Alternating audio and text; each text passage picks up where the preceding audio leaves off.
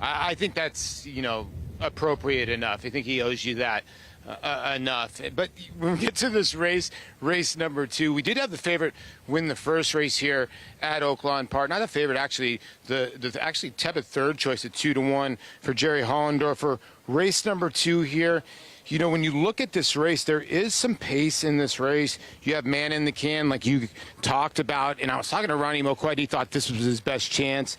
They're going in the gate here. I thought Macho Ronnie, the 8, obviously the speed in here. I think Bandit Point, when you look back at Bandit Point, the 2, the racetrack might not be playing towards his closing style, Maggie, but I just think he's sitting on a great race. If you look at his sloppy efforts, he's 0 for 11 on a sloppy racetrack. When it's dry, I think he could beat this field from off the pace. Paulie got a lot of love for the 8-year-old Bandit Point. He's looking for win number 6. And he has earnings over $500,000 as we send it out to Vic Stauffer with the call of race 2 from Oaklawn Park. They're off. Man in the Can broke beautifully. Macho Ronnie broke fast, and these two sprint off. Twisted Dixie and Dinner at Crumpy's away 3-4, then More Than Blessed and Bandit Point. Big Success is second last, and the trailer is Promising Shoes, and Macho Ronnie crosses and clears for Chelsea Bailey. Macho Ronnie, out of sprint races, is 2.5 lengths in front of Man in the Can and a 3-wide Dinner at Crumpy's. Twisted Dixie sits fourth and about 2.5 off the lead, and he's 2 in front of More Than Blessed. The veteran 8-year-old Arkansas bred Bandit Point has 7 lengths to make up, and he's in front of Big Success, who is 9 off the lead, and the trailer is Promising Shoes, and the leader is Macho Ronnie. Macho Ronnie now just a length in front as Man in the Can begins to inch a bit closer. Dinner at Crumpy's trying to go right with Man in the Can. Then Twisted Dixie. He's fourth at the rail and now less than 2 from the front. More Than Blessed has 3 lengths to make up. Bandit Point has to go from there. He's still 7 lengths behind with Big Success outside of him. And Promising Shoes is the trailer, and Macho Ronnie is still in front. Macho Ronnie to the quarter pole. Finish line is the 16th pole, and he's a 2-length leader on Man in the Can in second. Twisted Dixie drops back third. Then comes More Than Blessed. Bandit Point is now still about 7 from the front, and Macho Ronnie trying to go all the way around in front, and he's got a 2-length lead on Man in the Can in second. Twisted Dixie is third. Big Success has moved into fourth. Macho Ronnie and Man in the Can and Twisted Dixie. Macho Ronnie reaches. Man in the Can attacks. Gonna be close. Macho Ronnie, Man in the Can. Macho Ronnie! Macho Ronnie beat Man in the Can. Twisted Dixie was third, close for fourth. Chelsea Bailey with the upset ride, stretching out sprinter Macho Ronnie was able to hold off your 3-2 favorite, Man in the Can. I'm surprised that it got as close as it did, because around the turn, it looked like Man in the Can was all in and he had nothing. But Macho Ronnie, very good ride by Chelsea Bailey, just saying this horse the lead, not let the sprinter have to get brave, and went to the front in front of Man in the Can, and that was history. This is a big upset, Andy, at 17-1. Not a horse I would have liked in this race, to be fair. 20-1 Morning Line, I don't blame them. Obviously, a very good ride, but the horse showed up as well, and this is the first time going long and passed the test. Man in the Can had every chance to get him, and he really just didn't get to him. Son of Macho Rocket, 5-year-old, picks up his 3rd career win in 8 starts. As we have a lot more coming your way, we will bring you races 4 through 8 here at the Big A. Obviously, that race 5 kicks off the late pick 5, and we will bring you most of the pick 6 sequence as well, featured in the Maddie May. As always, if you want to play today's races, do so with your Naira Bets account. If you're not a member, what are you doing? Sign up today. Earn that deposit match bonus of $200 when you use promo code MATCH200. Let's talk a little Maddie May, shall we, Andy? Did you know I didn't remember Maddie May? And she was a horse for Todd Pletcher back in 2000 that won like over $400,000. I was so scared you're going to say 2010 because that's when I started here, and I'm like, I should remember it. I don't remember. Neither Anthony Stabile or I could remember her at all, and he has a mind like a steel trap for these horses. For these things, yeah. And neither one of us remembered it all. And she's pretty early for Todd. She was, I think, a 2-year-old 99. Well, and yeah, Todd I mean, was just Jersey his 4th girl. year of training, right? Yeah, no, it was early. Late 90s. Probably one of his first really good horses, but she had a terrific record. It's a well, fun race. installed as a 75 morning line favorite is Le Bon Temps. She gets back out to a mile, which was the scene of her biggest victory to date, but still, she's looking for 3 stakes wins in a row here. I mean, it's a hard horse to knock. I guess one of the questions you have is sort of where did that big figure come in the Maid of the Mist? Because other than that, she's a little on the slower side. Now, to be fair, Midtown Lights, who finished second here, came back and ran a very good second behind Linda Rice's horse the other day. How about Miracle and the Rachel Alexandra Miracle, yesterday? speaking of Todd Pletcher, switched to Todd Pletcher and finished second. The Rachel Alexander trying to wire the field down at Fairgrounds. But she's obviously good. Linda, Sheila Rosenblum is bought into this horse.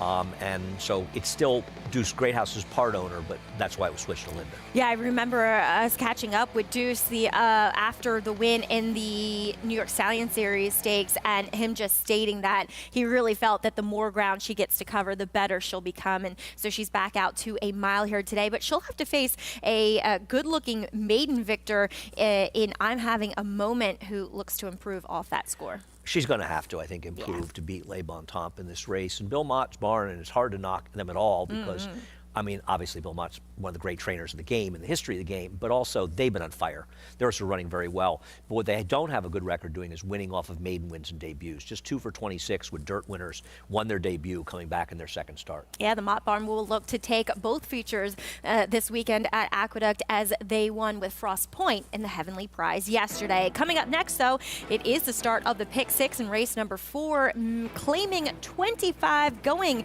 the 7 furlongs, and a fairly contentious field here, Andy. A lot of horses you can make cases for, but they're honing in on Bustin Bay, who drops back down in class for Antonio Arriaga after facing some tougher foes recently. But we'll dive more into this race, including getting a paddock report here next on America's Day at the Races.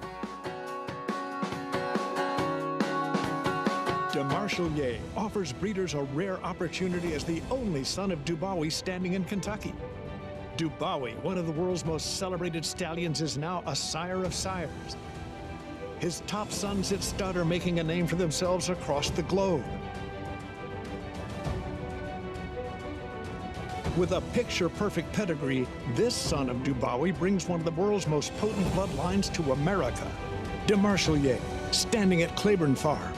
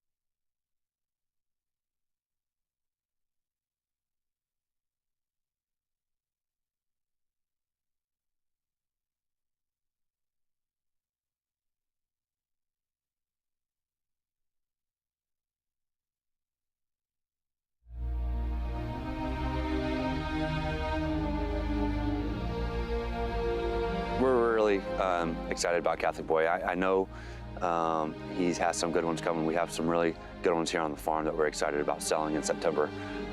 We think a couple of them have a chance to really break through and ring the bell and be very good representations of what we've seen from the stallion. He's passing on that more than ready look with maybe a little more stretch and leg.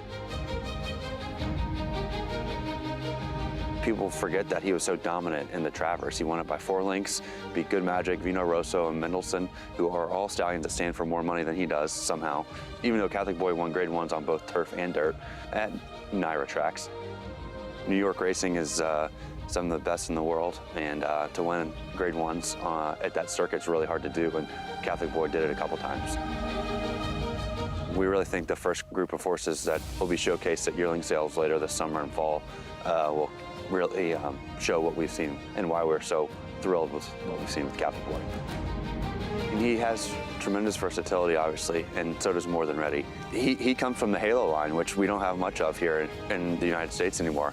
Obviously, it's been widely successful in Japan. It's continuing on.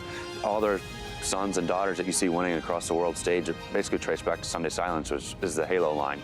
So I really hope breeders will realize that we have a great Halo line here still going in the United States, and that it really needs to be supported because it's such a strong, influential line worldwide.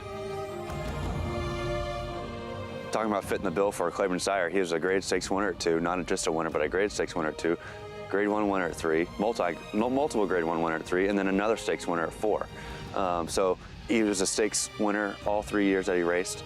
He's a really good-looking son of More Than Ready out of a Bernardini mare, who's one of a great broodmare sire. He comes from a good family, and we're hoping that he passes on his good genes that were successful on the track.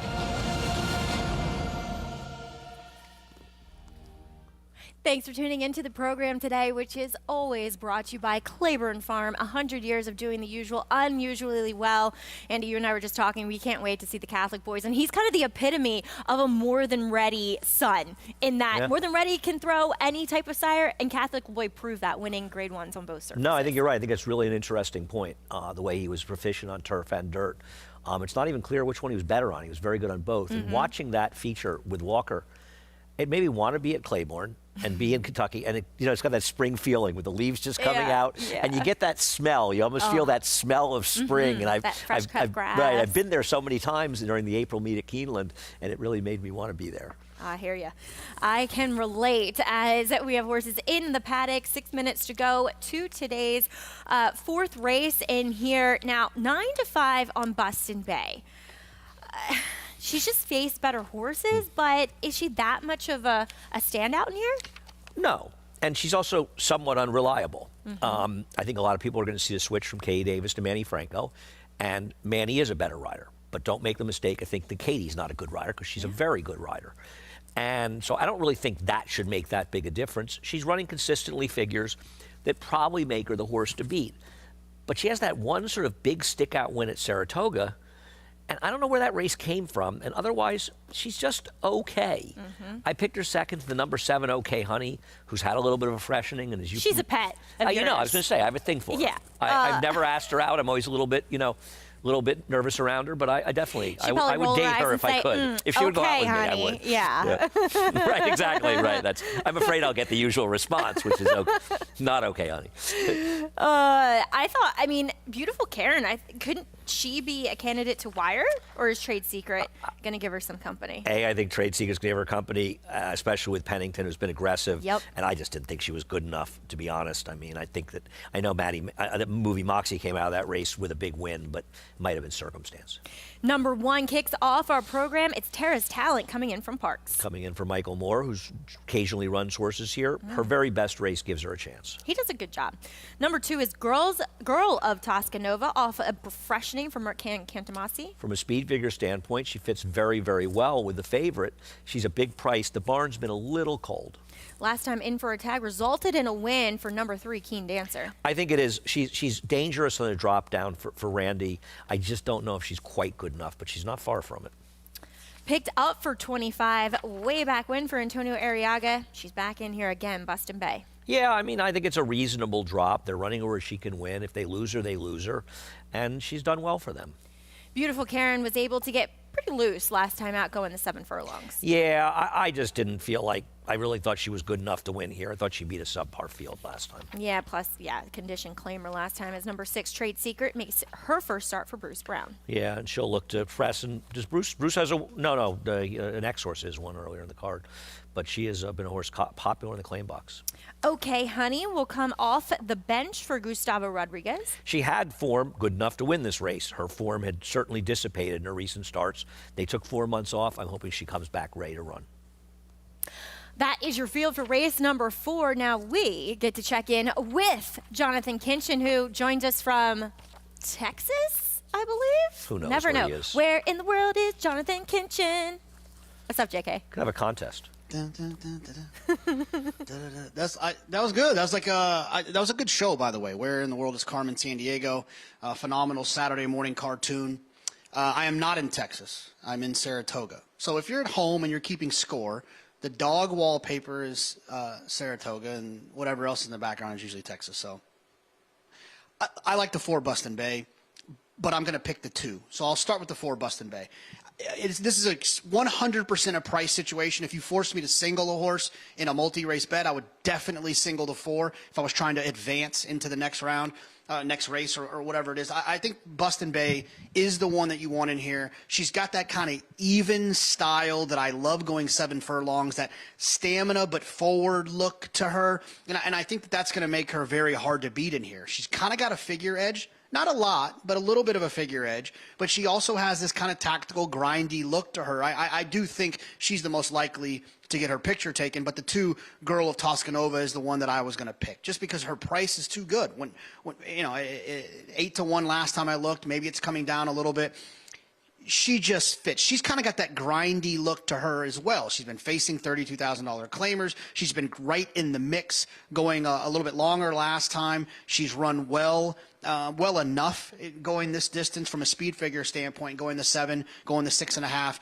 This is the one that makes the most sense from a price standpoint. I'm a little bit concerned about the layoff, because you always are. But depending on what you call a layoff, in terms of the days in between starts, she's 3 for 7 fresh. So she runs well with a little bit of a break. This is a little bit longer of a break, but I think the 2, Girl of Toscanova, presents a lot of value in this situation. Like I said, the 4, the more likely of the 2, but the 2, the type of horse that you want to place a win wager on.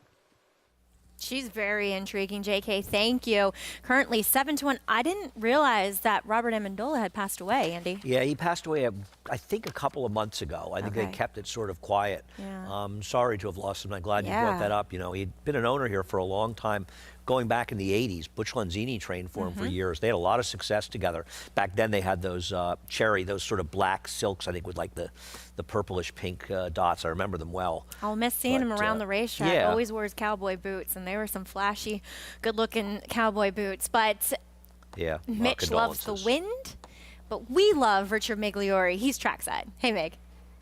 Thanks, Maggie. Yeah, I wrote a lot of winners for Bob Amendola over the years, and anybody on Long Island would be familiar with Amendola Fencing. Just a terrific owner, and actually talked to V. Johnson right after he passed, Cleveland Johnson, who had been with them for a very long time. And I like Girls of Toscanova here, too. Looked terrific in the paddock. Really, coat was great. Like the weight she's carrying, not excessive, but just right. And when she went off galloping, I was a little bit taken aback. She wasn't really moving as fluid as you like to see, but as she went along, she got better and she got stronger. And by the time she got to the backstretch with Eric Cancel, she had really leveled off her stride. Just like, you know, some people need more warming up. You're a little stiffer in the morning. Like myself, takes me a little while to kind of get all the joints and parts moving. She looked really good once she got warming up, and I'm going to pick her at 7-1. The 4 Bustin' Bay looks terrific. She was instantly on the bridle. She left the pony and jumped on Manny Franco. And he did a really good job reining her in. It looked like she was going to get away from him for a minute. She makes a lot of sense, but I'll take the 6-1 with the Girl of Toscanova, over the favorite here. Girl, I keep wanting to just call her sire's name for some reason, but Girl of Toscanova will get the nod from both Jonathan and Richie, and it's good to hear that Richie thinks she is ready for this return to the races. And I thought, Andy, her last race before the break was a bit better than it may look on paper. I think it was fine. No, I don't have a problem with her on paper. The barn has been a little cold, and this is a barn that they're like a lot of barns. They're streaky.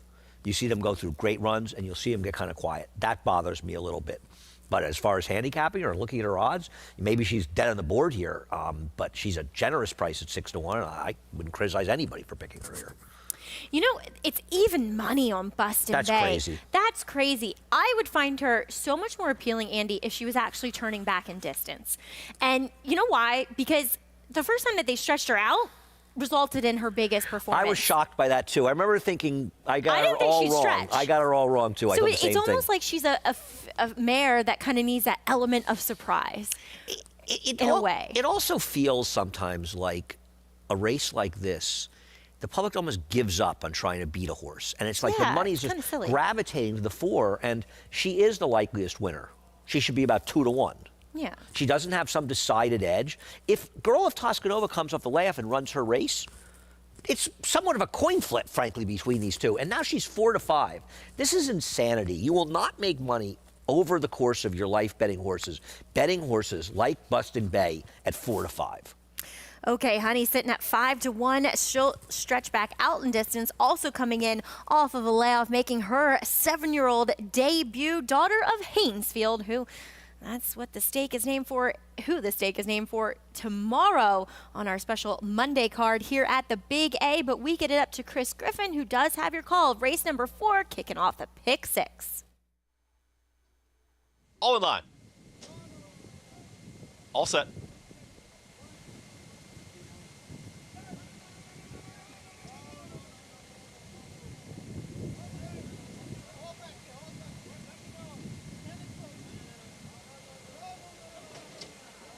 Acting up, beautiful Karen.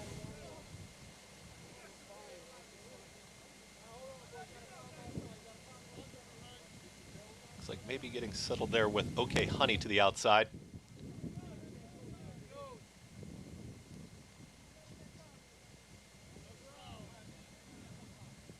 See an assistant starter stepping down. Now going back up here as they start to get sorted in the gate. And they're off. Awkward start for Trade Secret. Terrace Talent broke well from the inside, and there's Beautiful Karen. Now, Beautiful Karen sprints clear, is up by 3/4 of a length.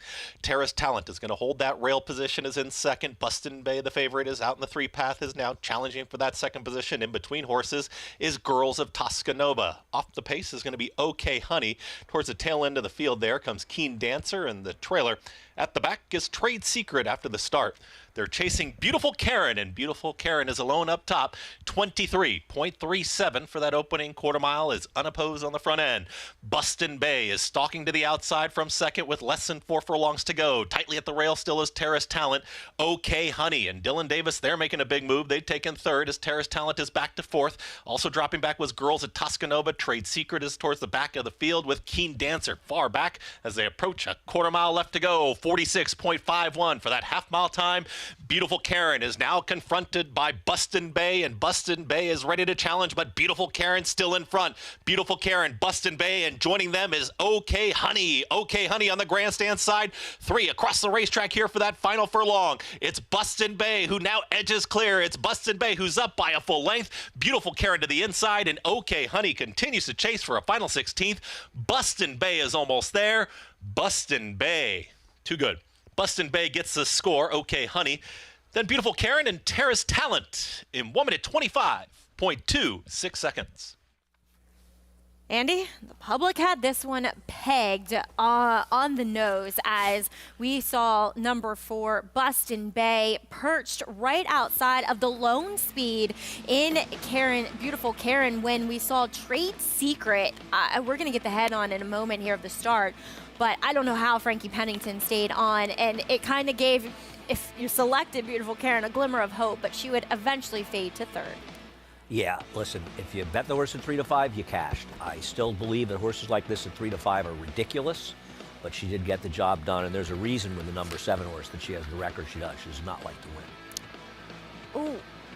Oh. She stumbled after the start, Yeah, actually. well, she went to like charge the doors and then they sprung the latch, so she kind of got off with her feet splayed and then she couldn't catch herself in time. So that ruined all chances for her to be a pace present. As Bustin Bay, she gets the win at 3-5 over OK Honey, Beautiful Karen, and Terrence Talent. 4-7, 3-5. 5-1. Yeah, remarkably. Ridiculous. 3-5, but you can't fool the public here a lot of times in New York, as they will get their picture taken with Bustin Bay Antonio Arriaga teaming up with your meet's leading rider, Manny Franco. Coming up next, we will recap some of the stakes, including the Razorback from yesterday. Huge win for that young man there, Christian Torres. And it's never gets old for the legend Dwayne Lucas. Last Samurai upsets the field.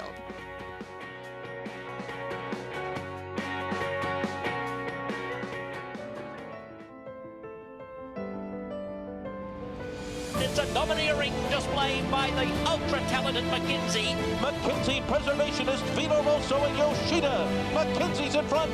McKenzie, they've done it. McKenzie has it by 2. It's McKenzie in a dominant performance, pure class in the Malibu.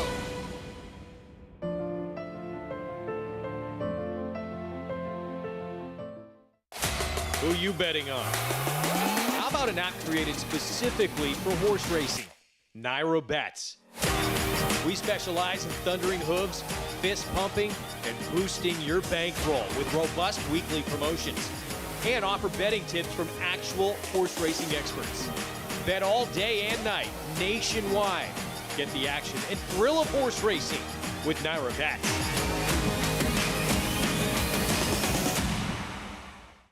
Consistently versatile with 25 Grade 1 winners on every surface from 6 furlongs to 1 1/4 miles all over the world. Switzerland in the Dubai Golden Shaheen. Switzerland wins. Churls Fight running on.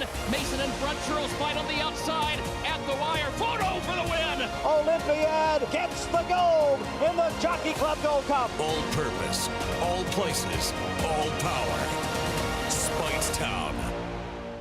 Would you believe that champions weren't measured by rings, but by a crown? That the history books were written on dirt? That the greatest of all time was a horse? He is moving like a tremendous machine. Experience the magic at this year's Belmont Stakes as we honor the 50th anniversary of Secretariat's legendary Triple Crown triumph. Join the celebration at Belmont Park on Saturday, June 10th. Tickets on sale now at BelmontStakes.com. Welcome back. Thanks for tuning in and joining us here on FS2. You're watching America's Day at the Races, brought to you by Naira Bets. Bet any track, anywhere, anytime. We saw an upset back in race number 2, but I think the story here in this race is, will Steve Asmussen get his 10,000th win as he sends out number 5, Tribal Spirit, teaming up with his son, Keith Asmussen. He has this chance and 5 more after this one. I'm confident he gets it one of these days. I have this feeling that it's coming for Steve. He I really do. was in 19 races yesterday, and he won 2. He's there at Oaklawn. He is. He's everywhere. Feeling good. Paulie, what do you feel?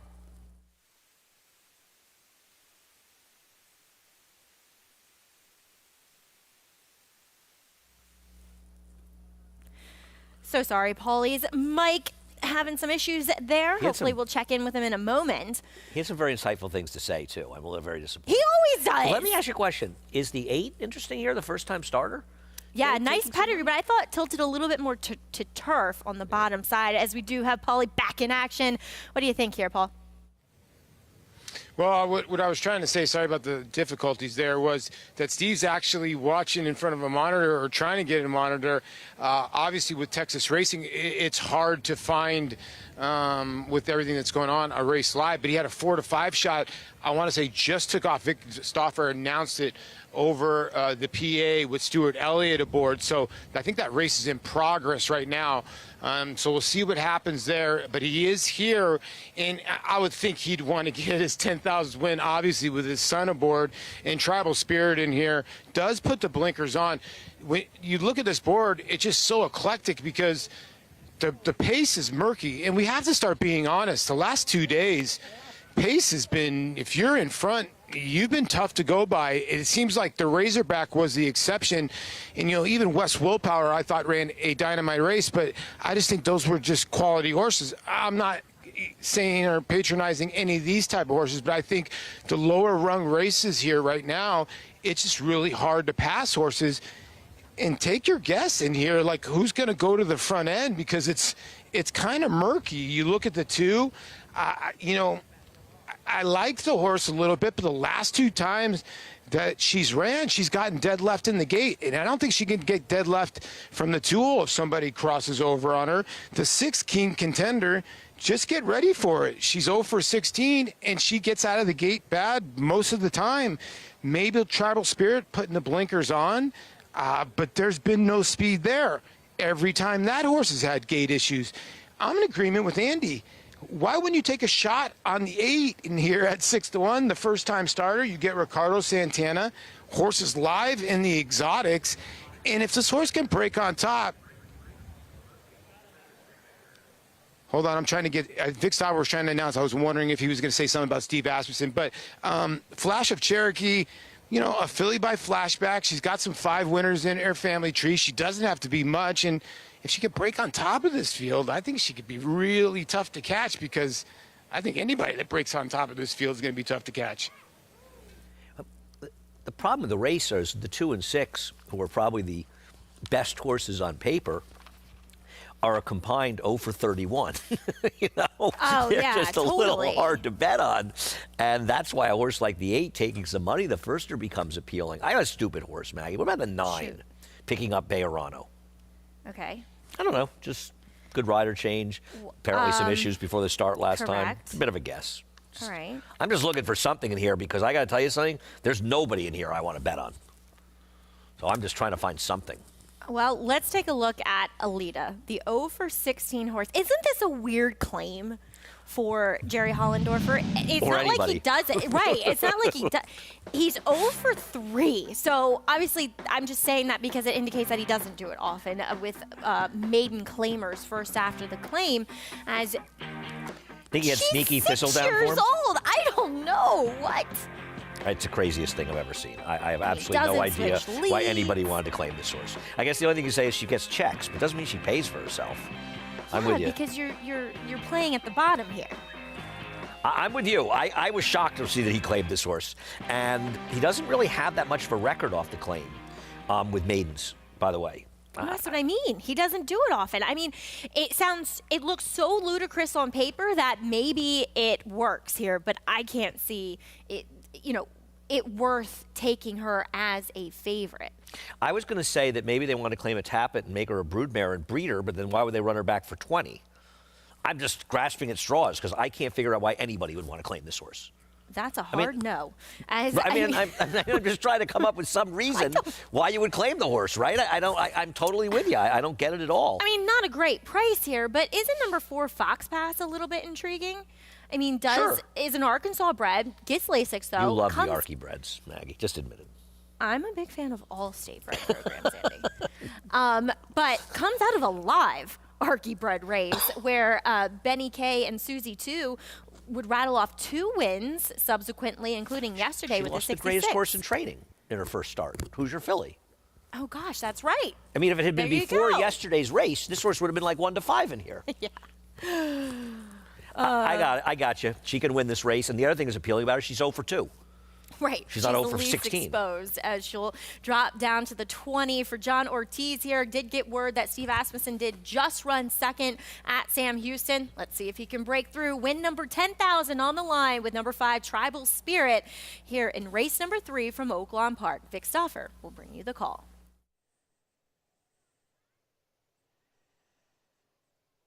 They're at the post. They're off. Saudi Daisy, Queenie's Way, Ebby Blue, and Flash of Cherokee, Queenie's Way to the front. Alita, Fox Pass, and Tribal Spirit are next. Then Sawyer's Sweetie, followed by Keen Contender, and the trailer is Winehouse. Queenie's Way up the backstretch has crossed and cleared. Queenie's Way, a 2.5 length leader over Alita between horses, Ebby Blue at the rail, and first-time starter Flash of Cherokee 3D. Then it's 2 lengths to Tribal Spirit, 5th and 4 from the front. Saudi Daisy just inside her. Fox Pass has 7 lengths to make up. She's a length in front of Sawyer's Sweetie. Keen Contender is 10 behind. Winehouse has 12 lengths to make up, and Queenie's Way is about to be confronted by Rocco Bowen and Alita. Here is Rocco Bowen and Alita. Now, Tribal Spirit has moved into 3rd for Keith Asmussen, and Tribal Spirit is only a length and a half from the front-running Alita. Alita comes to the final furlong. She's a length in front of Queenie's Way. Tribal Spirit still has 3 to make up. Saudi Daisy is between horses. Alita hanging on that left lead. It puts Queenie's Way back in the race. Alita, Queenie's Way, Tribal Spirit, Alita, and Rocco. Alita won by 2. Very close for second between Tribal Spirit, Keen Contender, and Queenie's Way. Well, it proved that Jerry Hollenkofer knew your answer. what he was doing. There's your answer. Apparently, as Just got we out. see Alita, she breaks her maiden here. 3rd time the charm here, teaming up with Rocco Bowen, who she doesn't like to switch leads, but she gets the job done here. Yeah, I mean, she found the right field, I guess, and credit to Jerry. He claimed her, and she got it done. I would say if it was a normal finish line, the 6 got second, but being that it's Oaklawn in that angle, probably the 5 held on for second. I'm going to say the 5. I'll bet you one of the 130 lunches to Beal owes me. All right, I'm only thinking about I'm that taking race. that. I'm not sure. I'm only thinking about that race yesterday where I like the 12. I feel you, but this was not. I don't know. Is it impossible to get a camera? Paul, just tell me in my ear. Don't tell Andy. Paul's the best at calling the photos. Well, let's look right there. 2, 6, 5, 10. 2, 6, sir. 6 got it. You 6 got her. lose the lunch. No, 6 got her. 6 got her. Yep. So you lose the lunch, though. I'm never going to get paid on those lunches, so you get paid when I get paid. Okay. Maybe you can get them from Anthony. You're tougher than I am. You're right. I will push. I will push for you. Back here at Aqueduct. In race number 4, it was all about Bustin Bay. Picks up the win for Antonio Arriaga. Leading rider Manny Franco and the players group get their picture taken. She wins comfortably to kick off the pick 6 at 3 to 5. Well, glad you had her. 1940 for the exacta with a logical OK Honey getting second. But Bustin Bay, much the best. Coming up next, awesome. Nate is excited to try to win his 3rd race in a row. He'll get another furlong to work with after winning his first 2 starts by nearly 12 lengths combined. We'll talk about him and the rest of the field for race number 5 next on America's Day at the Races. Whatever you use to predict future stallion success, breathe slowly and gaze at the desert's first great championship race. Curlin won it. So did Street Cry, Arrogate, and now, in a time even faster than Arrogate's, Mystic Guide. The cold hard fact is, after this, he was rated the best horse in the world. Mystic Guide. New to Darley.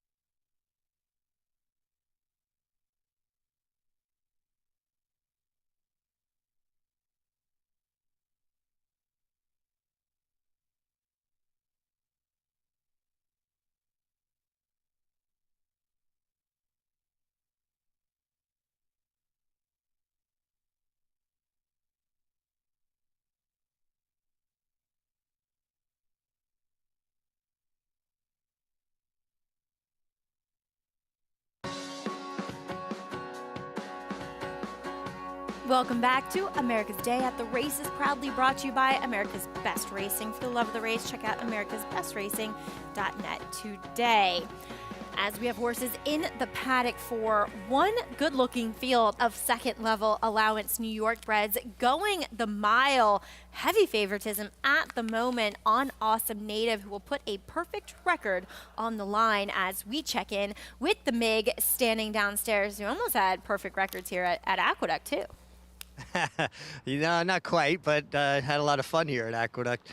It's an interesting group and a bunch of good-looking horses in here. We'll start with the one, Ouster. Man, he's just a lot of horse. What a handsome guy this is.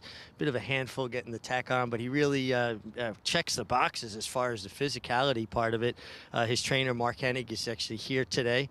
The two Awesome Native from Jorge Abreu has done everything right so far. A horse that I'm not 100% convinced is going to love the mile. He's been very good in his first two starts, 6.5 and 7. He's just a little bit more of a compact type of individual. He also gets an inside post, and both of his races, he was 6 of 6 and 8 of 8 in his debut. So he kind of got to watch things from the outside. He didn't have to really deal with kickback and put himself in the game. He's going to have a little bit of a different story today, and he's going to have to, probably be in and amongst horses, behind horses, and not sit that kind of easy outside stalking trip, if you will. And the 5 Balthazar, I'm a fan of this horse, and I really think he tipped his hand last time of his true ability. I thought that was a big step forward for him. But I will say, he's usually a lot more high energy. It is kind of windy out here today, and he's just a bit on the quiet side for me. I've seen him just a lot more animated than the horse I'm seeing at the moment. But I'll keep an eye on him, Maggie, as they get on the racetrack and how they warm up, and see if he livens up a bit. Meg, thank you. I mean, this is a horse that I remember in his second start of his career. He's a little weird, to say the least. He was a horse that was freezing on the track, didn't want to go to the gate, didn't want to go with the pony. So, yes, good thing that Richie's down there to keep the eye on him. But in his races, Andy, he's been good. Well, he's also improving with every start, and this was a huge step forward for him. Maybe 1.8 miles, a little far for him, 2 back, but this was a race where the pace basically came apart. The other speeds in there finished 5th at 11 to 1, and I want to say somewhere behind, I'm not sure. But Ida Balthazar ran very well. The other thing I think is interesting about him is there's 4 horses taking the bulk of the play here. Ouster, Awesome Native, the 1 and 2, and the 6 Overstep. All 3 of those horses are coming off a win and non-winners of 1, whereas Balthazar has been in 2 straight non-winners of 2. It's not an easy thing to run through your conditions. I think people are almost taking it for granted. And the 2 Awesome Native, who is wildly overbet right now at 6 to 5 based on his races on the racetrack, they've got to step up in company and win it. He's been in that company, and he was in a good race last time. Looking to keep the win streak going, though, is the horse who returned off of the, really long layoff, we'll put it that way, Overstep, who is the older brother to Arctic Arrogance. Yeah, I want to talk about this stat, and I put it up for a reason. Those are his numbers at NYRA. 1 for 11, second off a 250-day plus layoff after they come back and win. He's 0 for 6 doing it in routes. Yet, if you leave NYRA, his numbers, off a win on the dirt in their second race off a 250 plus layoff outside of NYRA, he's 8 for 17. And he's 7 for 11 with routers outside of NYRA. That's so strange. The success has been enormous, mostly at Gulfstream. But the horses that have come off long layoffs and won, that have come back for Todd, is it possibly a somewhat random distribution? It's not a huge sample size, but it really caught my eye. And one of the things I like to look at with trainers is how they do at NYRA compared to other racetracks. Now, Todd Pletcher's had enormous success at NYRA, but in this particular case, it hasn't worked out. That's interesting. You can't really come up with a reason why that could be either, as this is his comeback race in which he easily handled a field of entry-level allowance horses going the mile over a sealed racetrack. Yes. He beat a field. Let's see. Simply would be 88 to 1 in this race to finish second, and Mason Mania would be 128 to 1 in this race. I mean, he beat 2 horses, and I know he beat them easily, that don't even compare to these. And he's actually favored in doubles over the 2. So you'll probably see those odds merge a little bit. Listen, he ran well as a 2-year-old, and I won't be surprised when he wins this race. I just think he's a bad gamble at a short price. And I think Awesome Native is too. I found interesting, as I said, he's a half to Arctic Arrogance, that the dam has produced 2 horses who, as of right now, have never finished worse than second. Wow, that's amazing. That is amazing. He's going to come back at the Gotham, Arctic Arrogance. I saw Linda said that. Yeah. She didn't want to wait so long to the wood. And plus, he's probably better going a mile, too. He's a cool horse. I like him. He's a really hard tryer, always runs well. We kick off the post parade with number 1, Alster, who comes off of a big win going 9 furlongs in the slop. And he wasn't even the one in the entry that was being bet. And by the way, he beat the horses that finished behind the number 6 much more easily, and he's twice the price. There's your 6-5 favorite, Awesome Native. Jorge Abreu having a huge meet, too. People are fooled by big margins and wins, and they're fooled by that. This horse is no better than anybody in this race or any of the favorites. Coming back off of a 10-month layoff is number 3, Hush of a Storm. You know, Maggie, this horse has that good figure 2 back behind Tiergan, but I feel like he's a better horse on synthetic. I do too, as number 4's Whittington Park scratched 2 days ago to run here. He found himself in about as tough a non-winners of 2 New York bred races you can find. There is number 5, Baldassar. Went with the pony, so maybe Richie's right, is being a little bit more quiet than usual. Well, I think based on his PPs, I think he's the horse to beat, and he's 9-2. Overstep, second off the bench and stepping up in company. Obviously, he has talent, and I won't be surprised to see him do well, but he's going to beat me at a short price. Possibly overmatched here, just claimed for 16 is number 7, the Cobbler. I've forgotten how fast this horse's debut was for Danny Gargan. He just never went forward off that, Maggie. Yeah, battled some issues, I'd say. The return to the races wasn't bad, but again, it was in the bottom level. And this is a very, very tough race. Yeah, I mean, he's skipping a condition. Dawned on me. He is. Interesting. As we'll check in Tough spot to skip a condition. Yeah, with JK for his thoughts on your current even money favorite, Awesome Native.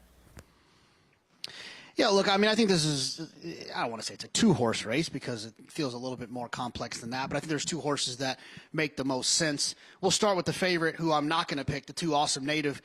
When horses show up for connections that are not Todd Pletcher, Chad Brown, Bob Baffert, Brad Cox, and run fast numbers, first 2 starts of their career by open links, I think that you have to kind of pay attention. There's probably quite a bit of talent there. I just feel like this is a very talented racehorse. If he was drawn towards the outside, I might lean a little bit harder if they were even prices, but they're not. And I think the 6 Overstep, drawn towards the outside, who has numbers that are comparable, has an advantageous draw outside of the main competition, and is also trained by a Hall of Famer, Todd Pletcher, who can keep good horses good and keep them traveling in the right direction. If you look at the last race in the mud, it was a big kind of quick early pace, and the race kind of fell apart, except for Overstep. Overstep kept going. Anyone who was close to Overstep kind of went out the back of the field while Overstep went on with it. So I've got no problem leaning on Overstep here in this outside post. If Overstep, let me be very clear about this, if Overstep was drawn inside and he was the short price, I would take the 2 Awesome Native. I think they're both very talented horses. This is a price and draw play for me. I'll take the horse towards the outside, the 6 Overstep. Overstep, as he looks to be the second choice in here, Andy. At least he does have the distance experience, where I feel like with Awesome Native, what about his pedigree says he wants to go even further? Oh, that's a very fair point. I mean, practical jokes, I mean, they can go a little farther, but 7 furlongs is probably their best distance, as it was in a lot of ways for him, though he did win the Champagne. But I don't disagree. And listen, I won't be surprised if either one of them win. I just think in this field, they're facing a much tougher group than the public seems to believe, and Jonathan believes. Maybe Jonathan's right, but I don't see it at all as they're the only 2. I think if Baldassar runs his last race, I think those horses are going to have to really be ready to run. I think both of Baldassar's last 2 races have been very good. Richie, I am of the mind that this is maybe outside of the 7. This is a race where many horses could win. Yeah, I think it's pretty wide open, and you know, I think the 2 has some questions to answer, particularly because he's got to fight that inside post going a mile. Just a completely different scenario for him, but I'm really taken physically from the 1 Ouster. I think this is a horse that maybe has just developed and gotten better. Now, full disclosure, I was speaking with Mark Hennig, his conditioner, and Mark even said, I kind of wish that, we had caught some moisture or a wet track. He feels like he did really appreciate that last time. But I also think this is a horse that really just started getting good and getting better. If you went back 3 starts back when he was second on the turf, he should have won that day, just very unlucky, came back and won on the turf. And then that big win last time. And he looks like he's shipping in from Florida. I mean, he's dappled out. He looks amazing. I'm picking him purely on looks, Ouster, and hoping that it wasn't just an off racetrack that facilitated that, sharp buyer figure last time.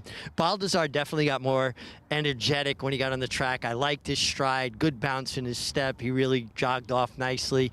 And maybe he's just maturing. Maybe, some of the shenanigans we saw from him early on was that immaturity in the way he acted. And he's certainly a major player. And honestly, way too big a price in my estimation at 4-1.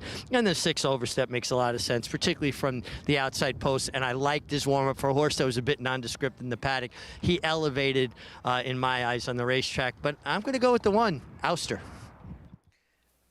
Ouster coming in off, I agree with his connections in that, to me, he looks like a wet track horse, and he always has looked sensational. And 2, I think the further the better, so I don't necessarily love the turn back in distance with him, but at least 5-1 off of a horse that possesses the fastest race coming in here is a bit of a value. I think he's a dirt horse. I know he won in a turf race, but I believe he's a dirt horse, and I think you have to really dig into his PPs to see it. He had a trip in his debut when he ran 3rd. He had a major trip in his next start, broke through the gate. That was a race that was dominating the front end. He had a major trip in his 3rd start in the dirt where he got badly blocked. And that was during just a bad run for Mark Hennig, where everything he did went wrong. Yep. And this horse almost epitomized it with those 2 races at Belmont. Yep. He's a horse that could have won either one of those races and was unlucky in both of them. He went to the turf, he ran fine. I'm not going to knock him for doing it. He broke his maiden. But then he went back to the dirt, and he did it. Now, maybe you're right, he's a wet track horse. But in my opinion, this horse has never run badly in the dirt. He's just been unlucky in some starts, and he could absolutely win this race. And it's one of the reasons, I think, to say that the 2 and the 6, who are now both roughly 2-1, are the major 2 here. I don't agree. I think this is a 4-horse race between those 4 horses, and I think it's a bit of a four-sided coin as to who wins it. Very interesting field as we do see Hush of a Storm heading into line 2 back. He was second in this condition, albeit that was almost a year ago, as we do kick off the late pick 5 here, race number 5, talented group of New York breds going postward, and we send it up to Chris Griffin with the call. The Cobbler.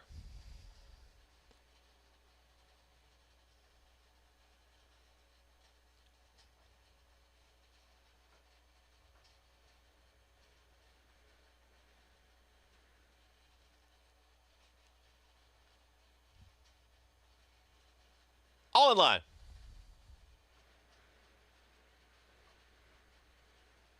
All set. And they're off. Hush of a Storm breaks very well, and also towards the outside is Overstep, and now Overstep is a neck in front. The Cobbler's in that early mix. There's Ouster. Awesome Native is now going to push through for Manny Franco is at the rail, and on the front end it's going to be Overstep who's a neck in front. They come out of the chute. Overstep is in front of Awesome Native down towards the inside. The Cobbler is 3 wide. Right in behind them is Ouster and Dylan Davis, and Hush of a Storm is now tracking in 5th.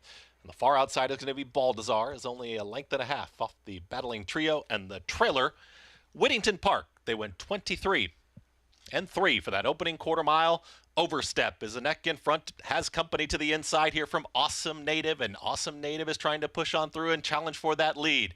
They reach the 4 furlong point. A half mile left to go. It's Awesome Native who's now put a nose in front of Overstep. The Cobbler is trying to keep up. Here comes the move from Baldassar, and Baldassar is making a big run here, and Baldassar is 3 wide coming after the leaders now. Hush of a Storm is trying to follow that move. Ouster needs some room down towards the inside, dropping back the Cobbler. The trailer is Whittington Park. Awesome Native is trying to put away Overstep as they approach a quarter mile left to go. Baldassar has not caught the front two yet. Awesome Native is now kicked on. It's Awesome Native who's trying to dig in at the rail. Overstep is in the two path. Baldassar with the late ground, and here comes Ouster. Ouster is now in the clear. A furlong left to go. Overstep is back in front. It's Overstep up by a length. Ouster is the main danger, and here comes Ouster in the late stages. Overstep reaches. Ouster is lunging. Overstep, Ouster, Overstep with a big win. Overstep gets the victory over Ouster. Then came a late run here from Whittington Park and Baldassar in 1 minute 36.60 seconds. That was a gutsy win for Overstep, who goes 3 for 4 in his career for Todd Pletcher, Mike Rapoli, St. Elias Stable, and Eric Cancel in the irons. Yeah, he ran very well to win this race because, you know, that pace was honest, and obviously Awesome Native was over bet, but he buried that when Awesome Native was a bad fifth in here, and Overstep just never stopped running. A very nice run by him. Ouster ran well in here, but he had no excuse. He was just second best. My horse, Baldassar, he moved up on the outside. I think he's a better horse when he's more aggressively ridden, but he just didn't run well today as Whittington Park caught him for third at the wire. Yeah, Whittington Park, a big price at 18-1, but unofficially it is 6-1-4-5. Favorite off the board. We'll see. Does it go back to sprints after this, as it was all about Overstep with the win here in race number 5. Over at Oaklawn, they are getting ready for their 4th race, which they're getting warm-ups out on the track. Starter allowance going to 6 furlongs for the fillies in here. And we do see 5-2 on number 4. Twirling Tigress looks to have some speed. I thought she was the worst to beat. Twirling Tigress is the speed in this race. I worry a little bit, though, about Key to Success turning back, but boy, Tyler Bays is having a rough meet. Well, for more insight on this 4th race over at Oaklawn, we check in with Paul Aduca. Thanks, Maggie. Yeah, Phillies here going out here for a little sprint race. And, you know, when you look at the 4 Twirling Tigers, she does look like the dominant pace in here. And when you look at her last race, she actually was in mid-pack at about 27-1, 25-1, and cleared that field, got to the front end. The horse that was chasing her ended up about 7th or 8th, and then the Brigade came, and it was just a really fast pace. They went 21-4. And the time before that, she did the same thing, and she was able to get it done because it was maiden 30, and I don't think nobody was really on her tail at about 9.5-1. The 7, to me, holds the key, Miss Haley, because when you look at her race when she broke her maiden for 20 at Churchill Downs in November, she showed some speed where she can stay close in 21-4. Now, when she ran against Twirling Tigress last time out, she got dead left. And she made up a little ground towards the end of the race with some interest. Rick Hiles hasn't had a winner on this meet, but he had a tremendous 2022. He's gotten off to a decent start in 2023. He hasn't had a win here, but you know, Nick Juarez has been keeping his horses a lot closer towards the lead. So I'm wondering if Miss Haley breaks a lot better, that she can maybe stay on the tail of the 4 in here, Twirling Tigress. You know, the 2 and the 3 in here, it's very windy out. Sorry guys if you're hearing my papers going. You know, Backseat Betty for Dallas Stewart. Interesting horse for Keith Asmussen, taking money here at 6-1, and maybe people are thinking this horse could get to the front end. Ring Twice was good. You know, Donnie Von Hemmel doesn't drop very often. When he does, they usually are live, and this horse pops. So, and I think he sticks her in a reasonable spot in here. So a tough betting board, but when I look at the way the racetrack's been playing, I think the 4 Twirling Tigers. The 7 gets left again, the race could be over in the first quarter of a mile. Paulie, thank you. Yeah, the 7, Miss Haley, as Paul was mentioning, does have, you know, that race that makes her competitive, and actually she's improved with each subsequent start from a Beyer speed figure standpoint, but hopefully she breaks now kind of second off the bench. Paul was talking about number 1, Peach Street in here. You don't know. She's a bit of an unknown on the dirt, but no pedigree for it. None. And Fedbiz, you know, it's so funny. He was a good dirt horse for Bob Baffert. He's been an effective turf sire, but he's been a lousy dirt sire. He's been the best, though, on synthetic. Right. Oh, has he really been brilliant on synthetic? Yeah, his numbers on synthetic are the best. It's odd. You just sort of never know, I guess. He is a Giants Causeway. I like the 4 here. I'm going to box 4-6. All right, 2-1 on number 4, Twirling Tigress for Al Cates and Walter De La Cruz. Back here at Aqueduct, Overstep gets his picture taken once again. We saw Todd Pletcher's assistant Byron Hughes standing by as he's one that was being prepared down in South Florida, came back with a victory and backs it up right here yet again in less than a month, facing a pretty salty group. This was a very good performance by this horse. I think a better performance than a lot of people might think on paper. He put away everybody in this race and was able to hold up Ouster, who's a good horse, who had his run. This was a very, very good effort. I mean, just look at who finished even third in here. Whittington Park, who was off the TV screen down the backside, and Overstep was leading every step of the way. That's a great point. Yeah. And Ouster closing a bit too, but you're right. No, this is a horse that not only got the win, he got it, you know, by outrunning the race, in other words. He could have been second. If Ouster had beat him, he would have lost as the best horse. This was a very good effort by him. It was a quick race, too. This race is coming fast. He's a really improving horse, and I'll tell you, and maybe a horse who can actually take that step forward and perhaps compete in some of the New York bred stake races. Or we'll see if maybe they try a non-winners of one open race with him. But this was a very good performance, and this was a very good field. Yeah, you know, it'll be interesting to see how the figure comes back, and we'll have that salty group of veteran New York breds going the mile tomorrow in the Haynesfield, as we got to get back over to Oaklawn. We need some help here, but Andy's pretty sold on number 4, JK, in Twirling Tigress. What were your thoughts here? Well, Andy knows that there's not a lot of speed horses that I haven't liked. That show up to the racetrack. But I will say this. I thought there was 3 horses that could win. I thought it was the 3 Ring Twice, the 4 Twirling Tigress, or the 6 Key to Success. But the one thing that I did notice when coming to that brilliant assessment of the race that those 3 horses could win a 7-horse field were that 2 of the horses that I liked had speed. And so if I think there's 2 good speed horses in the race, then I have to think that they're going to challenge each other early. They're going to challenge each other in the middle part of the race. And they would also, at the top of the stretch, probably look each other in the eye. That leads me to think that the race could potentially fall apart and give me the closer of those 3 horses, which to me is the 6 Key to Success. 2 back, this horse ran well, and I don't really like closers in sprint races, but Key to Success ran well 2 races back. Then they got a little ambitious, a little bit excited, just like everyone does in relation to the first Friday and first Saturday in May. They tried the Martha Washington going 2 turns. That did not work out. Now they're back sprinting again with Lasix. I think the 6 could pick up the pieces if the 3 and the 4 decide to hook up at some point. When you have 2 good speed horses, they often do hook up. They look each other in the eye early, middle of the race, and late, which to me can set up well for a horse from off of it. I'll take the 6 Key to Success.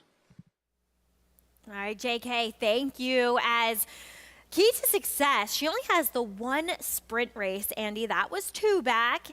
Albeit it was a slow race in which Twirled, the winner of that race, would come back and disappoint in the next level. In the stake. Yeah, yes, she was in the stake. Right. She was bad in that race. I agree. I didn't like that about her, but I still think she's okay. I like her cutting back in this race. I'm not confident that John's going to be right about the pace. I think the 4 is the clear speed in here. We'll see how it plays out. I'm just worried about a rider who's 1 for 70-something, and maybe it's gone up in the last couple of days, with 17 seconds and 20-something thirds. To me, that's a rider that's probably not riding that well. I mean, I don't want to be too hard on him, but when you see all those seconds and thirds, you can't tell me that none of those horses should have won. Wait, what? Tyler Bays, isn't he? He's 2 for 77. Oh, he had a win. Yeah, with 17 seconds and only 2/3. Only 2/3. Okay, I misread. I apologize. It's okay. But still, Your he is eyes might obviously be going. struggling at the meet. It is what it is. No, I agree with you. I think if the outside horse can break, I think Miss Haley's interesting. So does Paul LaDuca. They're off. Fixed offer. How's your call? Twirling Tigress wins the break, goes immediately to the front from Ring Twice and backseat Betty. Rye Money is next, then Ms. Haley and Key to Success. and the trailer is Peach Street. Here comes Ring Twice to challenge Twirling Tigress, and now these two speed away, and Ring Twice puts her neck in front. Twirling Tigress is second by a length to Rye Money, who's third. Then Backseat Betty, fourth at the rail in the red and white, and 3.5 off the lead. Peach Street and a 3 wide Ms. Haley. Key to Success is seventh and last, 3 furlongs to go, and it is still Ring Twice and Twirling Tigress. Ring Twice, a neck in front. Twirling Tigress is second. These two have opened up 5 lengths now on Peach Street, who just put her neck into third. Key to Success has some run, but she's got nowhere to go quite yet. And at the quarter pole, she's got 8 lengths to make up. Twirling Tigress and Ring Twice. Now the rail is open for Key to Success, but she's got to make up 5 lengths in the final furlong as Twirling Tigress has the lead. Ring Twice is second. Key to Success is running on strongly, but she's still 4 lengths behind Twirling Tigress. Twirling Tigress, Ring Twice, Key to Success, Twirling Tigress in front. Twirling Tigress won by 2 1/4. Ring Twice second, Key to Success third. Ms. Haley finished fourth. Favorite delivers here in race number 4 at Oaklawn Park as Twirling Tigress broke on top. They'll let Ring Twice come up her inside, but still have plenty left in the tank. Gets the win for Al Cates and Walter De La Cruz. 3 horses 5-2 in this race. And as the announcer noted, Key to Success getting bottled up down the inside. She did have her chance to get second. She was never catching the winner in here. Best horse won the race. Thought the rider sort of allowed the 3 in the race, but I guess he knew what he was doing because he ended up winning and winning quite easily. He just rode the best horse. That is true as she gets her second win in 4 starts. Twirling Tigress. She was comfortable rating today, as well as we will continue to recap the stakes action from yesterday. Frost Point, as she was much the best yesterday, but a smart ride by Jorge Vargas to get the win for the white hot Bill Mottbard.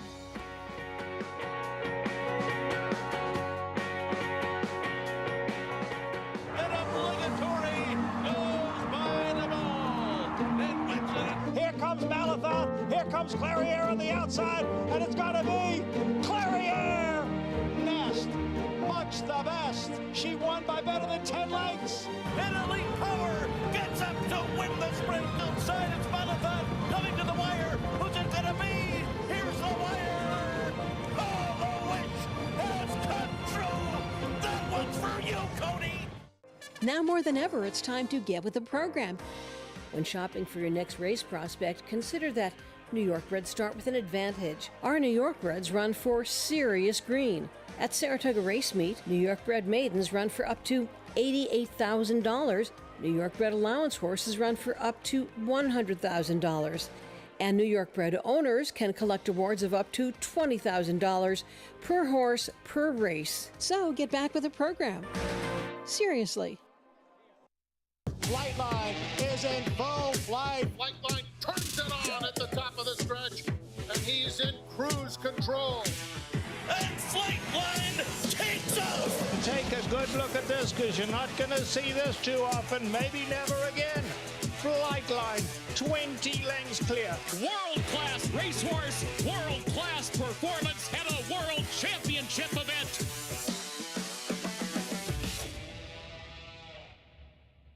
Racetrack Television Network brings you every race, from every track, on every screen, every day. With monthly packages starting as low as $5, RTN gives you great value and access to more live HD streaming and race replays than anyone. Visit RTN.tv today to sign up and watch on almost any device, including Roku and Amazon Fire. RTN has packages that start at $5 per month.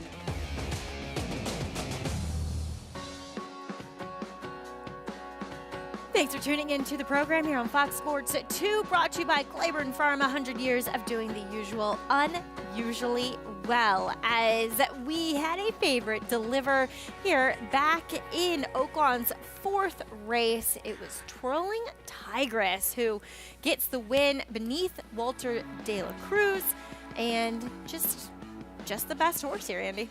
You know, I think a lot of times we rely on races not to be run logically to try to find something clever, and you and I have a similar mindset in that. But sometimes races are just logical, and this was just one that played out the way it looked.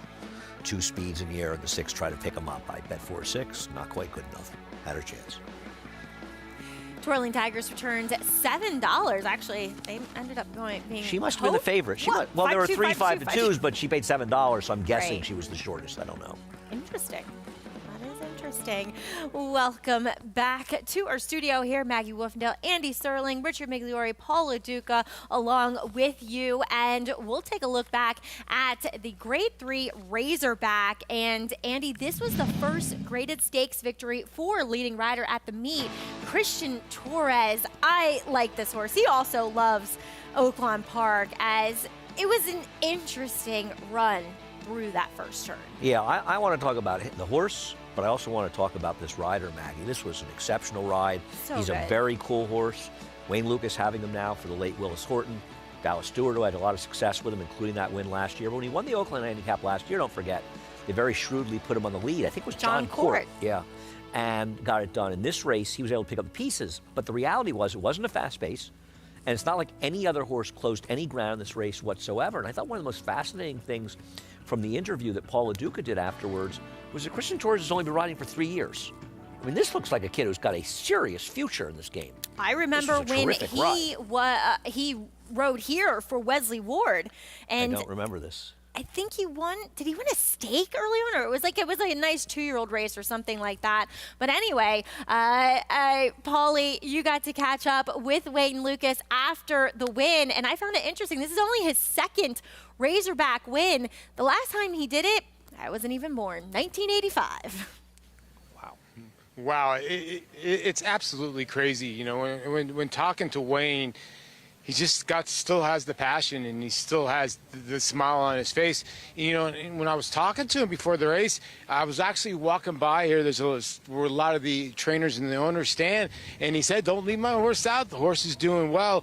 And you know, I always go back and I look at horses like this, and you wonder, okay, how did this horse accomplish this? Like, you know, and you look, the pace obviously was a little bit different than we all predicted. Long Range Toddy going at it early, hero status going to the front end. And like Andy said, for a kid that's been only riding for 3 years to be so patient on a horse and just wait for the race to develop, he gave the horse an unbelievable ride.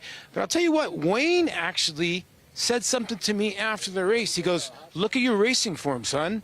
And I learned my lesson from Mr. Lucas yesterday. He goes, every time he races on Lasix, he fires a big shot. If you look at his other races, he had a 97 buyer. He won yesterday. In his last race that he won, he ran a 102 buyer when he won the Oaklawn Handicap with Lasix at Dallas Stewart. So maybe that's the key that gets him, helps him out a little bit. He doesn't run awful races when he's off Lasix, but he fired a big one yesterday. Paul, he did. He earned a 105 buyer. And Andy, he's a horse that he kind of lost his way a little bit towards, last year. And then with that Pegasus World Cup performance, I thought he was rounding back into his good form. No, that's a good point, I think. And I think it's nice that Wayne's giving Paul some handicapping lessons. Paul can perhaps help him with his batting stance maybe a little bit later. I know that Wayne may want to go to him. But no, I thought it was a very impressive performance by him. A 105 is a career best number for him. I think he got a 102 when he won last year at Oakland. It was a good-looking score, and couldn't be happier for the connections, especially when a legend teams up with a young rider like Christian Torres. Wayne Lucas, as he said, it never gets old, especially winning the big ones. As Bill Mott, he's got to be feeling the same thing every weekend of the last month, as he's just been en fuego. He and his barns. How about the last 6 months, 8 months? You go back to the Breeders' Cup. 2 wins in the Breeders' Cup card, but this one for Godolphin Frost Point. I thought a very adept move early on by Jorge Vargas, sensing the pace was slower, and he shot this filly right up through the rail, and boy, did she deliver, coasting home. Right, and obviously the favorite, ran second, wasn't going to win this race anyway. But whether it was the rider's decision or instructions, I don't know why you would strangle down the lone speed with a half and 49 and allow this horse just to have such an advantage. Now, yesterday's racetrack, it really was very kind inside speed. You and I were talking about this, or inside, particularly on speed. Almost every single time we've had a sloppy or muddy sealed track, the next day when it's dried out, it's been a gold inside. And interestingly enough, then the following day, which would be today, It's fair. the track's been very fair. So it hasn't been a bias that's lingered, but I do think it helped this filly. Now, I'm not trying to take anything away from her, and I think the other horses didn't really run their race, but I do think the racetrack helped her. It is, however, the best performance in her career. We'll find out as the year goes on whether or not it was the racetrack, whether or not she can step up against some tougher horses. And it was her first step into, first stakes victory, I should say, and her second start back now as a 5-year-old. Yeah, we'll see. I mean, it's odd because, I mean, I don't think she ran really that much better in some of the races. I think the favorites No, didn't it was run a their slower races. figure. Right. I don't think it came with an 87. I mean, to put it in perspective, we had the maiden race later in the card that went almost a half a second faster. Register. That race, they played it straight, got a 93 buyer, faster pace. Register was on the rail as well. The second horse was outside. That was a very, very strong race yesterday by those 2-year-olds, and Dave Donk won it. 3-year-old, with the half to High Oak. Yeah. Who, by the way, is coming back in a couple weeks. Lee tell you this? Yeah, I got the info from Lee. You'd be Lee's the surprised. I best. hear about High Oak from Lee quite often. It's hard to Hey, believe. Andy. High Oak's coming back. I can see you A saying lot of texts. A lot. I get workout texts. I get everything. He must be so bored. Oh, be lovely. As we just heard the call to post for the 6th race here at Aqueduct, it is a claiming 40 non-2 life going a mile. We did see quite a few scratches in here, Andy. The 1A, 2, and 3 all out here. 9-5 though on number 6, Colloquy. Who's betting Batter Up Bud at the same price as mandatory? That's my question. You obviously No don't- idea. Apparently you don't have an answer. You don't know. No who it is. idea. What? A little surprising, That right? slow, right? Yeah. Okay, we're on number 4 already. Salute to America, 8-1. Jason Hyatt's aboard. Yeah, I just have a problem. The last race was just so bad, and they claimed the horse, and they just can't take the horse off that last effort. There he is, Batter Up Bud, 7-2 on this Parks Invader. Not a trainer that has had any success coming here. He's 1 for 27 at Naira over the last 5 years. Colloquy scratched out of the starter allowance yesterday to run here for 40. Made a wise choice. He found himself in a better spot in here. He ran very well wide against a good rail last time. He's been in good form. He's the horse to beat. Agreed. Mandatory, though, drops in class for the first time. I don't trust him, but he's the best horse if he runs his race. But John Kimball, not great, dropping into a claiming race first time. And fresh off, well, I should say, second off the claim and the maiden scores, Norgay. 2 back, he ran in a race where Colloquy finished fourth. He finished 2 lengths behind that one, and Colloquy ran so much better than he did. He didn't have a great trip that day either, but Colloquy was much better. Achilles heel. He'll drop back down for a claiming tag for the first time for Rudy Rodriguez, but he gets hot riding apprentice Jose Gomez in the irons. And just a few weeks ago, he was down in Florida accepting the Eclipse Award for Outstanding Apprentice. We'll see if he can pick up another winner here at the Big A.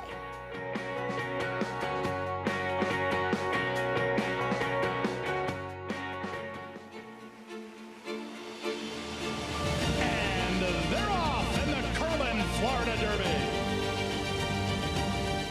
After 3/4 in 112-1, Known Agenda is now on to take over the lead.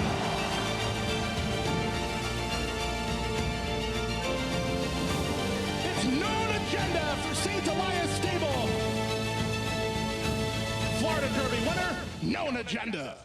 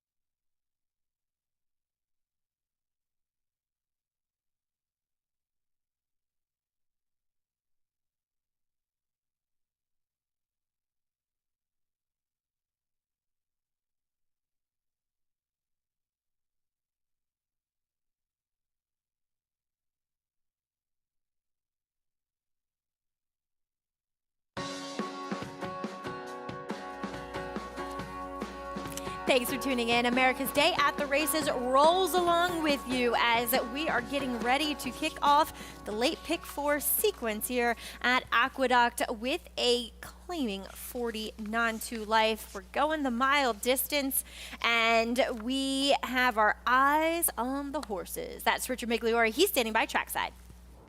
Yeah, thanks, Maggie. And, you know, when we talk about horses and their physical appearance, you know, obviously on the racetrack, pretty is as pretty does. So in a perfect world, you like what you see physically, and you also feel like they make a lot of sense on paper. The 5 Batter Up Bud, excuse me, I'll start with the 1 Achilles Heel.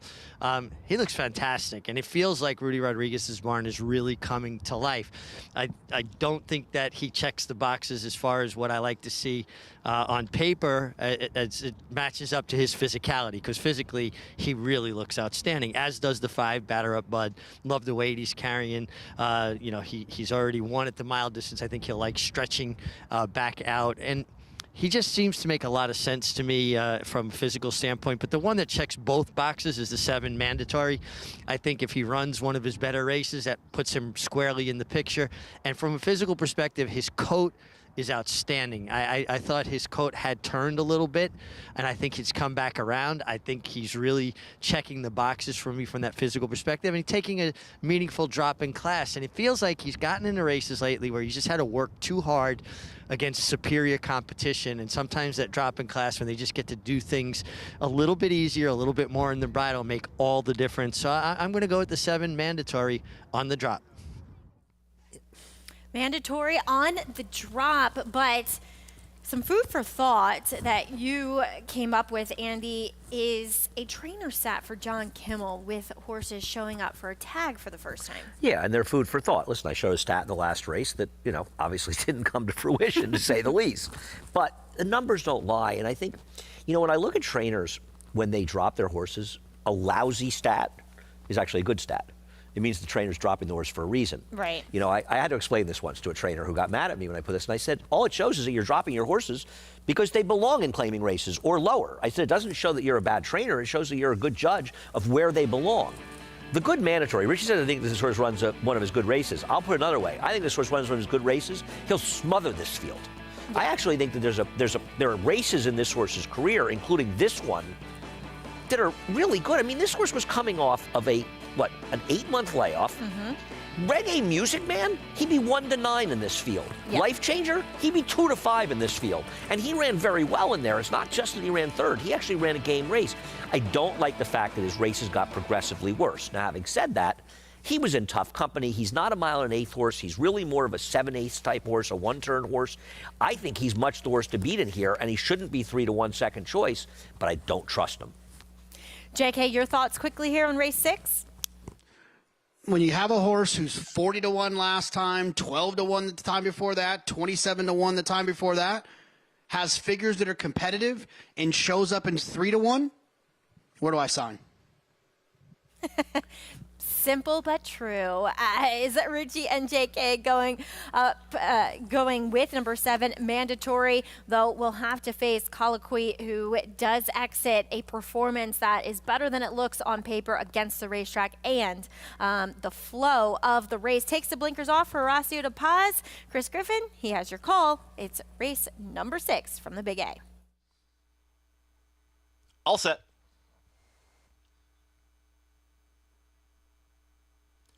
And they're off.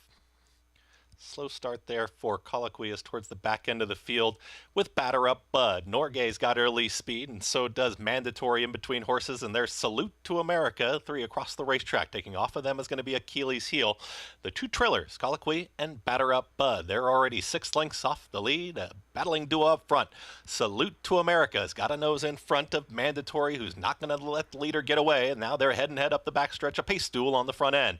Just settling off of them is Norgay, who's now 3 lengths off of them in third, followed by Achilles Heel. Starting to move forward is Colloquy, and Batter Up Bud is the trailer. 23-2 for the opening quarter mile as they approach the half-mile point. Down to the inside, it's Salute to America. Right to the outside is Mandatory, and Mandatory is re-engaging to the outside, and they're still head-and-head. Company is coming now. Here comes Colloquy, who's got a big run. Norgay is launching a big rally as well, and Norgay is coming quickly after these leaders. Achilles Heel needed to wait for some room, is going to move towards the outside. Batter Up Bud still with 7 lengths to make up. Mandatory is still in front. Salute to America is backed out of it. Norgay is now stalling. Colloquy in the red cap is going to scoot through at the rail, and here comes Colloquy, who challenges this leader. Mandatory is still there. It's Mandatory. Now Colloquy is cut loose at the rail. Norgay continues to chase up on the outside, just kind of grinding away.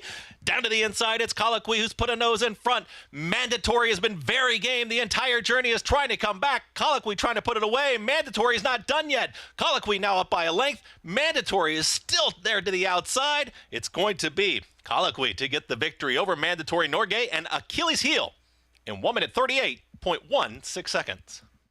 1.5 seconds. That was a pretty exciting race because Colloquy had trouble at the start again, and then we see Mandatory, blitzing through some fast fractions and nearly came back on Colloquy, who was able to rally down on the rail. And we're going to take a look, I think, at the head on the start because I'm not sure the 7 didn't stumble a little bit. I think something went on between them maybe at the start. I don't know. I just knew that Colloquy was at the back. But I mean, listen, Colloquy, and what a ride he got from Manny. He made that move to get in position, but he didn't make it. He sort of waited. He came through on the inside, and these two horses, they were running to the wire. And Mandatory had every right to fold in this race because he didn't break that sharply. He got engaged in a pace duel with a horse that finished absolutely nowhere, overmatched or not.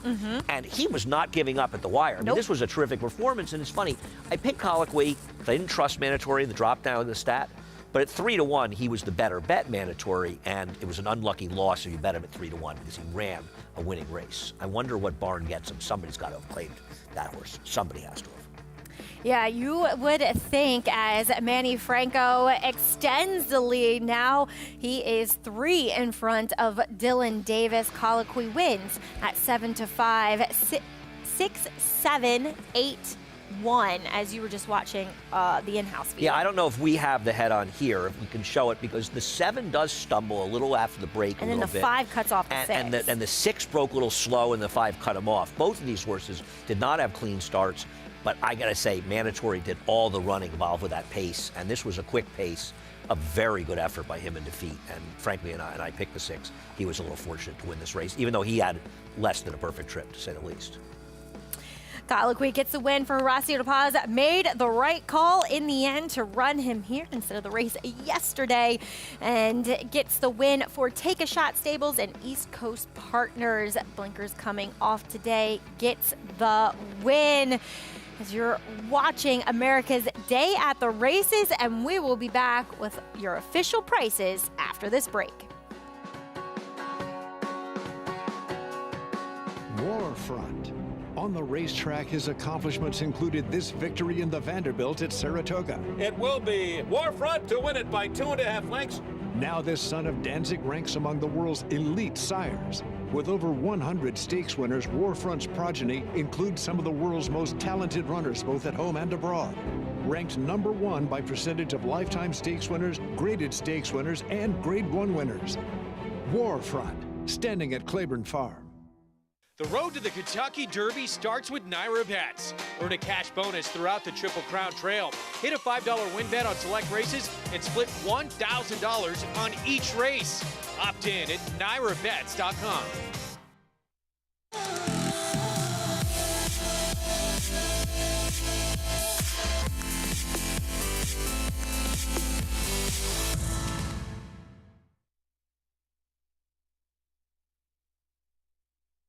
Harris Farms, proudly standing Smiling Tiger, a triple Grade 1 winner, defeating Breeders' Cup champions Dancing in Silks and Amazombie, a leading California sire with over $9.7 million in progeny earnings, with 94 winners in 2021 and graded stakes superstars like Spice Perfection. Spice Perfection wins the Grade 1 La Brea. And Tiger Dad.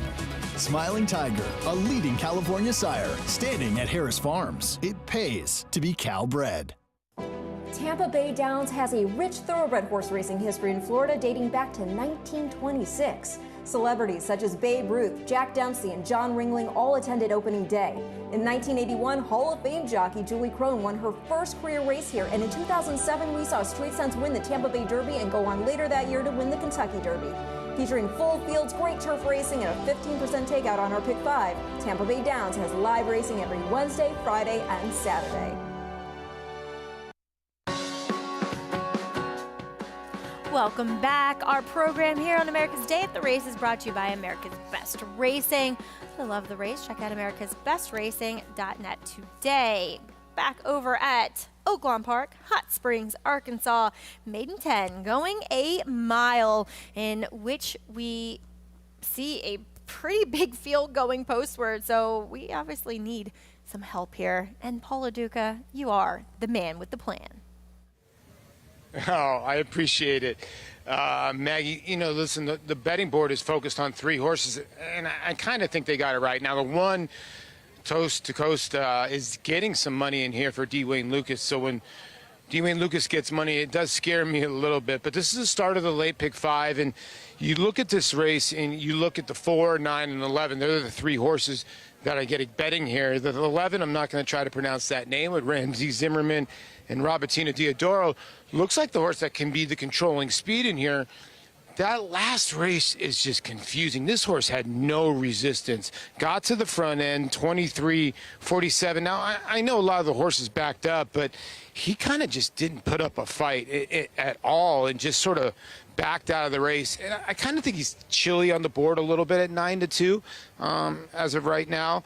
But, the way this racetrack's playing, you just never know. And the drop for 10, Diodoro, is just so dangerous. Now, the 9, Kid Shaleen, you look at this as horses had a lot of chances. But when you drop down the maiden 10, I kind of stopped looking at the records, because this horse has been very, very close, has got numbers that would win this race very easily. Cipriano Contreras is having a monster meet. I would think he's going to have this horse ready right off the layoff, and he's got his main man in Francisco Arrieta. And then there's the Floor Blowtorch, a horse that Carl Broberg claimed for Dwayne Lucas and protected last time at the $30,000 level.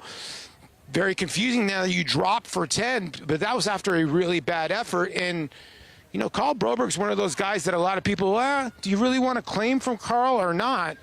And this horse is now down to 2-1. So I landed on the 9, tepid on the 9 here, but I don't see anybody else but the 4, 9, and 11, although the 1 could be the sneaky horse in here. I love when Paul has a sneaky horse, but I think we're all in agreement between the 3 of us that the 9 is the horse you want. It's hard to take horses that are 0 for many starts, but it's dirt races, as you said to me. It's a joke. So much better than anything. And I got some stats for you. It looks fantastic. Synthetic to dirt for the trainer. He's 27% with 90 starters with a $4 ROI. Wow. And in routes, he's 9 for 37. I don't know.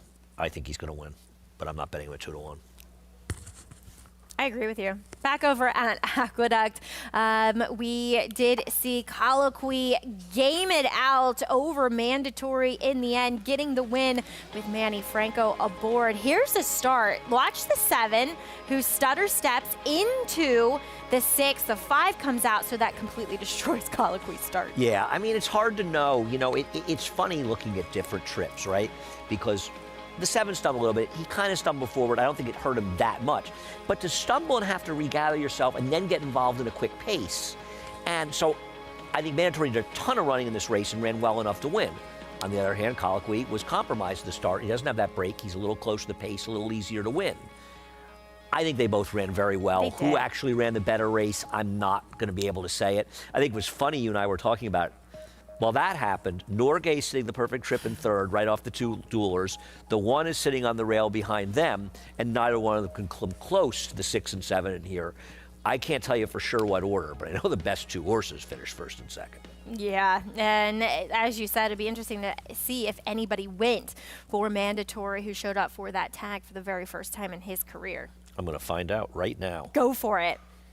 Maggie, I'm not patient like you. I don't have that incredible calm and patience that you exhibit on a daily basis. Two things that have never been used to describe me. I knew we had Definitely something not in common.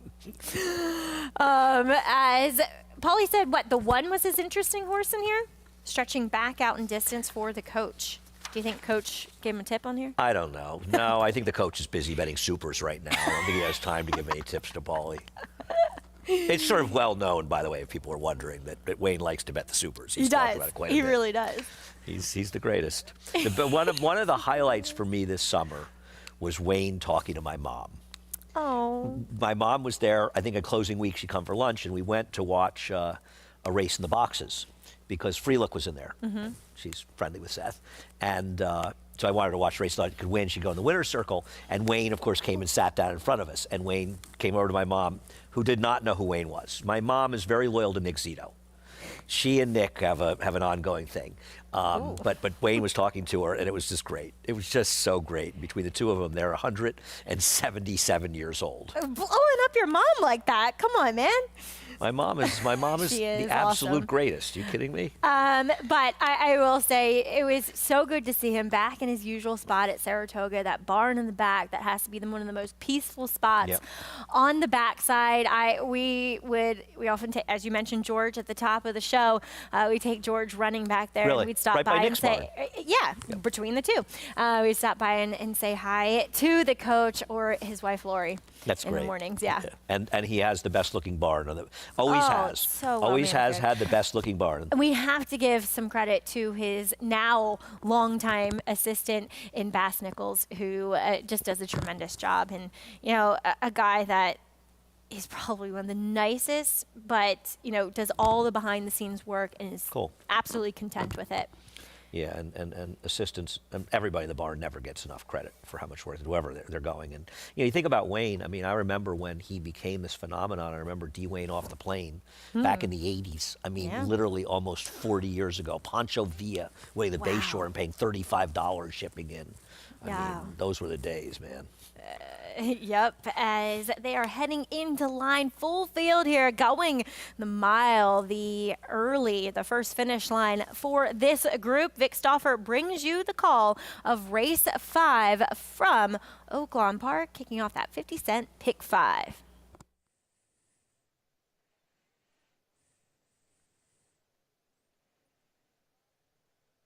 Next up, wearing black and white silks, Blowtorch.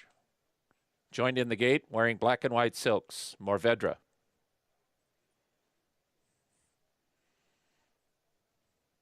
Coselio goes in, Tequila Revolution, and last to load, wearing black and white silks, is RR Empire.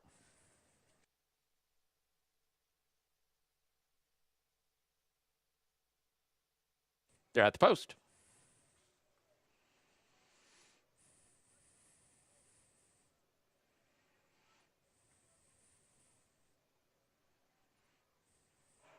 They're off.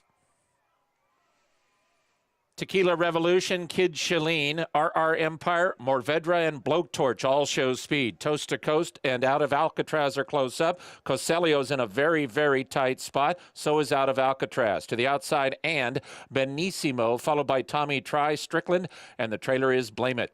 To the backstretch, Morvedra about to take the lead, and Morvedra is now a length in front from RR Empire as Blowtorch is third at the rail now, but less than a length and a half from the front. Kid Shalene secures a perfect striking position. He's the gray in the blue and white and 2 from the front. He's a length in front of Coselio, Toast to Coast, and Tequila Revolution. Benissimo is mid-pack. He's got 5 to make up, 2 in front of out of Alcatraz. Then at the back of the pack are a threesome, Strickland to the outside and to Tommy Try, and at the rail, Blame It, past the half-mile pole. Finish line is the 16th pole, and Blowtorch and Kid Shalene clear off. Blowtorch is ahead in front. Kid Shalene goes right with him. These two Matt strides 2 in front of Toast to Coast. Coselio and Tequila Revolution. Morvedra's gone. He backs out, passed by out of Alcatraz, top of the stretch. Blowtorch and Kid Shalene, and they are shoulder to shoulder. Blowtorch a neck in front. Kid Shalene with every chance to outfinish him. These two are going at it at the top of the stretch. Blowtorch leads. Kid Shalene right alongside. 5 back to coast. It looks like it's either Blowtorch or Kid Shalene, and Blowtorch is trying to turn him away. Kid Shalene with a final try to the outside. Blowtorch. Kid Shalene cannot get by. It is Blowtorch in front. Blowtorch beat Kid Shalene. Toast to Coast third, maybe Tequila Revolution for fourth. Better on dirt or not, Kid Shalene showed why he's 0 for 13 as a 6-year-old, and the slightly less raced Blowtorch, who was just 0 for 6, able to turn him away. He was able to play more his game, Blowtorch, as Kid Shalene had to rush into that pace to be up there. They both ran well, finished well ahead of the field, but congrats to Blowtorch. And Torres continues to ride extremely well. Some terrific action all around over this weekend, and one of them happened, it looks like it's in the dark at Fairgrounds, but the winner of the Risen Star will be coming back with him. Talk about that race after a quick break. We'll be right back.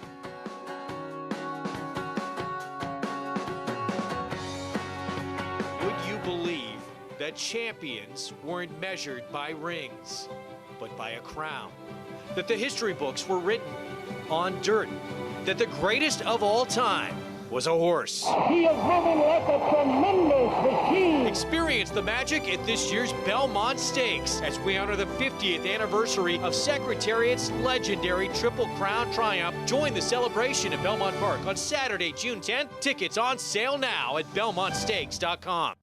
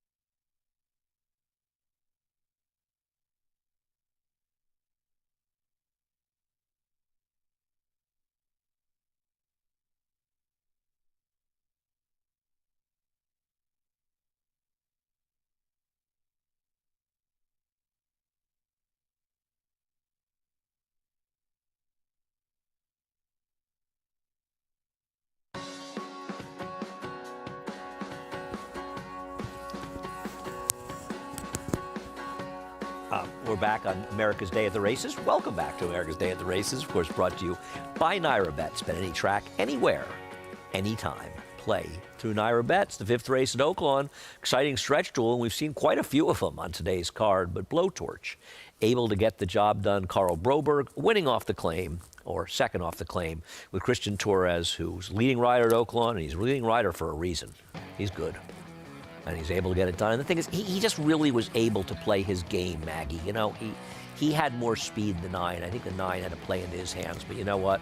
There's also a reason that Kid Shalene is 0 for 13, now 0 for 14. Yeah, when they get to this point, Andy, they show their true colors, and Kid Shalene did just that. He also kind of made a middle move down the backstretch, too, which I'm sure didn't really help his chances, and Blowtorch just being able to sit a more comfortable trip. I think he had to make that middle move because he realized that Blowtorch had the advantage, so I don't blame the rider for doing it, but Blowtorch's speed made his job easier. Well, the road to the Kentucky Derby stopped off in New Orleans. Good timing. It's Mardi Gras down there. But we see Angel of Empire pulling off an upset. Andy, were you of the mind that this horse was actually an overlay, going off at 13-1, one of several Brad Cox runners in here? I don't know, Maggie. You know, it was such a big field, and trips were going to be so important. I really think there's an argument the two fills who finished third may have run the best race in here, probably moved too soon. Not an easy thing to do, but this was a horse that broke apart a fast pace by making that move on the turn and just understandably a little tired late. It's hard to say. The race did not get a particularly good fig, an 87 buyer. It's okay, but to put it in perspective, it's 4 points lower than the Withers last week. And before people say, oh, the Withers can't produce a good winner, I think the Withers winner won the Preakness last year, so that notion is foolish. I don't know what to say about this race. I'm not surprised the horse from Oaklawn for Brad did not run well as the favorite in there. I thought that horse won kind of a phony race at Oaklawn, but this horse was second to him. So yeah, I couldn't that's have had true. him. I couldn't have Victory Formation did not show up at all. I certainly wasn't quite as against him as you were, but this horse did surprise a little bit here. Yeah, beaten 3 lengths in the Smarty Jones last time out, does earn the fastest figure of his career so far. It feels like many horses just didn't really show up last night. Yeah, and I mean, listen, we're still waiting for Fort or Forte to make his debut. I know that Cave Rock worked the other day. Whether or not he's a Derby horse remains to be seen.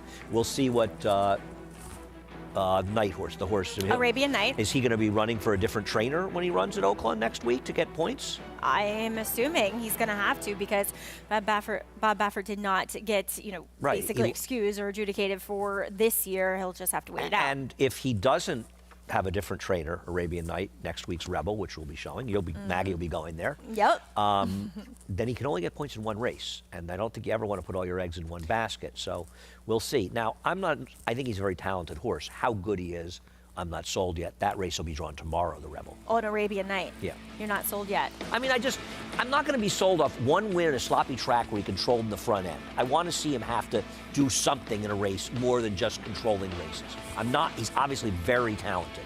But. Well, yesterday was the first of the 50-point Derby, prep races, and we'll see one this coming weekend, as Andy mentioned, the Rebel, and then we have 4 coming out the week after that, including our very own Gotham. And the Fountain of Youth, I believe, is going to have the first race of Forte. And you compare a horse like Arabian Night, who obviously has enormous talent, to a horse like Forte, what he did last year, winning on sloppy tracks, winning around 1 turn, winning around 2 turns, not always having everything go his own way. Not that he had bad trips, but I think he's a horse that's shown that he's adaptable to circumstance. And as far as Arabian Night, all we've seen is that he's able to control races on the front end. Yeah. And you just need to see more. He needs more seasoning. We need to see more. Not saying he's not talented. Excited to see Forte, your Breeders' Cup Juvenile winner and champion of last year, back at the races, hopefully in the Fountain of Youth 2 weeks from yesterday. Back here at Aqueduct today, though, we do have an interesting allowance race coming up, going 1 mile and 3/16, 2-1 currently on a horse that you were pretty convinced would be favored, and I think as of now you're pretty much spot on, and that's number 1, Win the Day, who has faced some tougher competition. Yeah, I mean, I think it'll be close between he and the horse on the outside. Tonal Impact was a slight favorite in doubles. This is his 2nd place finish in the prestigious Tokyo City. I know, one of Maggie and my favorite races every year. I'm a little worried 1 mile and 3/16 is too short for him, frankly. I think he's better with more distance, but I also think he's fed some good company, and I like him shipping in here this race for Doug O'Neill. I know he went to synthetic to take a shot in there. He didn't run badly. I think he's a better dirt horse. I thought he was the horse to beat. And he's only a 4-year-old, so there's some upside with him, and I think he was just completely compromised 2 back in the mile, or 3 back in the 1 mile and 5/8 race in the thoroughbred Aftercare Alliance, where Next was able to wire the field. So I think he is fairly intriguing as we kick off the post parade. With him, Doug O'Neill shipping him in. Yeah, I think he's dangerous. I still can't figure out how Next got such an easy lead in that race. There were other speeds that were rated in there. Yeah, that was a weird race. Yeah, as number 2, Naval Aviator comes back off of a 2nd place, albeit well-beaten effort in the Queens County. I don't know why this horse is 10-1. I think he's shown as much ability as a number of horses that are much shorter prices. I think he's a big overlay. I feel like he never takes that much money. As number 3, Curlin's Wisdom will be pleased to get back, you would hope, on a fast track. Yeah, his last race was a debacle. I always worry that's more than just the wet track. We'll find out. Yeah. Number 5 comes in from out of town. A Matter of Time. You know, he's one that can show up with a big race every now and again. He's random. He hasn't run these races in New York, but at times he's run races that could win this race. I agree with you. I know he's overmatched, but he is one of my favorite horses and locally owned. I was disappointed his last race, Maggie. He should have been second there. That bothered me about him. I know. You know? It's a long story. Number 7, Gasoline. It looks to be your controlling speed. He's the controlling speed on paper. I just think he was very opportunistic last time, and I'll be surprised if he does it again. Total Impact has been white hot towards the end of last year and starting off this year with a win, too. His only loss was to Gasoline, but Gasoline had a lot of things go right for him that day. And I think on this racetrack that's been very fair, I don't think Gasoline will have the same advantage.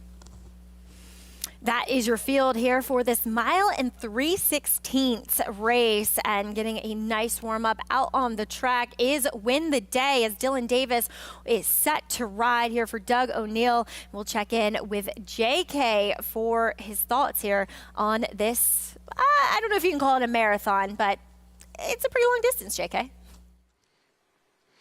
Yeah, look, I think there's towards the outside of the horses you're looking at, right? 6, 7, 8, I think are the ones that kind of make the most sense. But I thought the 6 was really interesting, locally owned, and hopefully that makes you smile a little bit, Mags. But I think that this horse is interesting. I think we know that he likes the added distance.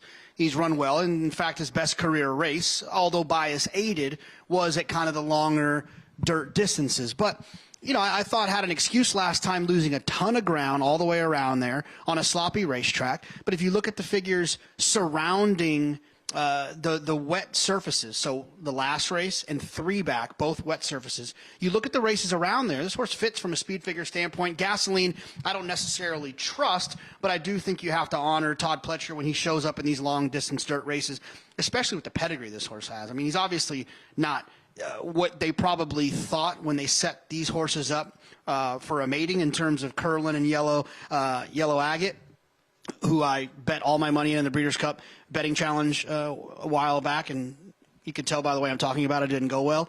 But I do think the Gasoline makes a little sense, and then Total Impact is just in great form right now. Comes back a little bit quick for a long-distance race. I've always felt like you kind of need to have a full gas tank in order to go this far. But these 3 outside horses are definitely the ones you want. But I'm going to go with the highest of the prices with locally owned. Okay, I mean, that was surprising with Jake. What I was going to explain is that this is a horse that Tom and Jay Provenzano ran up in Saratoga for $20,000 and got the win, and then claimed him back immediately for the 40, knowing that there's this thing called the Claiming Championship at the end of next month, Andy, with a 1 3/16 race, and that made him eligible for it. So we're protecting him here, knowing that he's probably not quite up to this caliber, but still know he'll pick up some checks. So I appreciate JK. I just thought his last race was disappointing. I really thought he should have been second. He didn't have his usual finish in there, but he does get a good rider switch to Manny Franco, and at times he's run well enough to at least be competitive. There's no killers in here. I mean, it's not like he's impossible, and he's a big price. I mean, listen, I think the 2 is an overlay. I like the 1. I picked him. Win the Day. I just think as good races, he may be a little better. I'm hoping this distance is enough for him. But why is Naval Aviator such a big price? Second, distant or not, but second last time in the Queens County. His figures give him a chance in here. I don't understand why he's hovering at 8-1 now. Yeah, and Law Professor didn't disgrace himself with a trouble trip yesterday in the Razorback. And what was that ride? Not sure. We'll check in with the Mig. I know Mig would have just put his hands down and sent him. He would have. Law Professor would have got a different ride with my man, the Mig, on him. Yeah, I don't believe in fighting. I want to, at least horses, I just want to put my hands down, 5 pounds of pressure, let them run up underneath you. I tell you what, this is a nice race and good-looking group of horses. The 1, Win the Day, he looks fabulous. He's really dappled out. And don't go dissing to Tokyo City. I won that race for Todd Pletcher many years ago. Inside draw is going to get to save ground. I like him very much physically, and I think he makes a lot of sense on paper. The 3, Curlin's Wisdom, really outstanding in the paddock. I got a feeling this horse is going to show more pace today. You know, you get Jason Wyas, who seems like he's a little bit one note. He allows everything to kind of run pretty freely. And even though it's different ownership group, this one trained by Linda Rice, who has Total Impact nice contrasting kind of styles. I do think he's going to be involved and probably keep Gasoline at least honest. I tell you what, the 6 locally owned could not look any better. Love his coat, carrying great weight. I really think that this is as good as I've ever seen him look. And then I'm a big fan of Total Impact, who makes a lot of sense, but maybe doesn't get quite the pace that could help set up his late run. So Andy doesn't have an aneurysm. Who did you win the Tokyo City on? I just texted him. To North something? Was it a Melanie? I remember that horse. No, it was Fairbanks. Fairbanks, of course. Right, Fairbanks. Right, you won. Didn't you win a stake with him at Saratoga that day? We ran like those $400,000 or $500,000 overnight races. Yeah, he won the Duke of Magenta in Saratoga. Also won the Hawthorne Gold Cup on him. Real nice, honest horse. Was second in the Mass Cap. Was he Melnick? Was he a Melnick horse? No. Team Valor. Oh, okay. That's right. Nicely done. Meg, as they are heading in line, Andy, do you agree that these two should be co-favorites here? And yeah. Okay. Yeah, I do. Are you concerned about Gasoline getting loose? No. Okay. I mean, I'm always concerned with that. I don't like Gasoline in here. I'll be shocked if he wins. All right. I think the 2. I bet 1-2.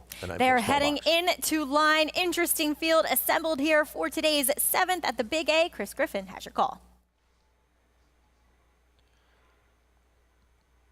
All in line. All set. And they're off. Step slow for Naval Aviator at the back of the field. Curlin's Wisdom has early speed, but has company. Here comes Gasoline up on the outside. Eric Cancel wants to get to the front, and Gasoline will cross over and take him into that first turn. Curlin's Wisdom is going to settle into second. There is joined by Locally Owned, who's up on the outside, is going to share that second position, second and third right there, those two. Followed in the green cap by A Matter of Time. Patiently ridden at the rail is Win the Day. Towards the back end of the field, Naval Aviator, and a touch wide is Total Impact, who's the trailer. Gasoline has got the lead. Gasoline posted opening quarter there, 26.13 for that opening quarter. It's going to be Gasoline who takes him to the backstretch. Locally Owned is tracking from second, right in behind them. That's Curlin's Wisdom, who's now going to move towards the outside for Jason Wyas, and they're in the clear, and they're in third. A Matter of Time is tucked in between rivals there, as At the Rail is Win the Day, and also Naval Aviator. They travel as a pair, and the trailer, Total Impact, 51 and 2. The posted half-mile time, it's Gasoline who's got the lead. Gasoline is slowing things down up front, is working towards the far turn. Locally Owned is getting closer now, is within a half length of the leader. Down to the inside, Win the Day is looking for room at the rail with Dylan Davis. In between horses there is Naval Aviator. Curlin's Wisdom is trying to re-rally now, got passed by Locally Owned, but is now taken third. From the back, here comes the run from Total Impact, and A Matter of Time is the trailer. Gasoline has done all the heavy lifting up front, and Gasoline has now been passed. It's Locally Owned with a nose in front as they reach the top of the stretch. Gasoline is not done, and here comes Gasoline back on the inside. Locally Owned in between horses, and Curlin's Wisdom now in the center of the racetrack is making up some late ground as well. From the back, that's Total Impact who made up some late ground. Curlin's Wisdom has taken the lead. Gasoline is back for more to the inside, and Total Impact on the grandstand side. Curlin's Wisdom in front. Total Impact on the outside. Curlin's Wisdom gets the score. It's Curlin's Wisdom over Total Impact. Gasoline and a late run there. Naval Aviator in 1 minute 59.94 in race 7. Nice rebound from Curlin's Wisdom, back on a fast track. Was able to sit a stalking trip and delivers here as Linda Rice with a nice, 1-2 finish, right? I believe so, yeah. 1-2. Yep, 1-2 finish. Total Impact rounding out the exacta. Yeah, I mean, this is a horse that clearly did not handle that track last time, and Linda's done a tremendous job with this horse.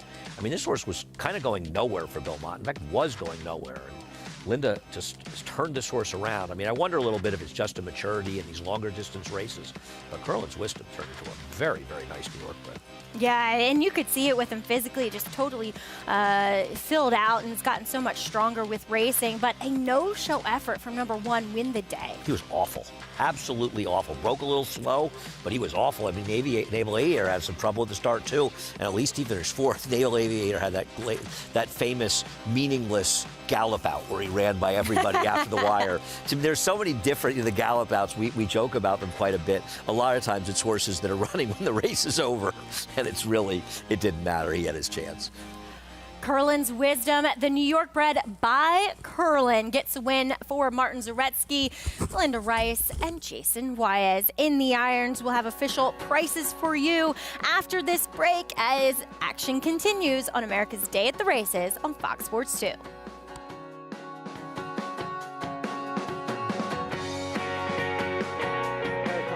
Potential to be a leading turf stallion in America. Caraconte proved with Spenderella that he can produce an international caliber horse that can run all over the world. Spenderella hanging tough with the advantage to win the Appalachian. I've been fortunate enough to train some top fillies and mares. Spenderella is right up there with the best of them. Spenderella turns it into a procession. I think Caraconte is a horse who has tremendous potential.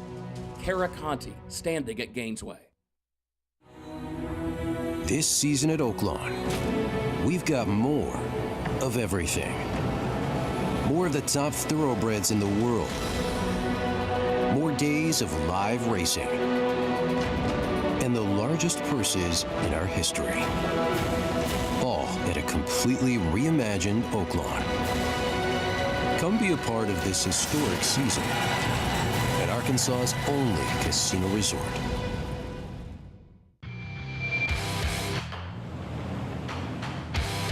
Rock Your World in command.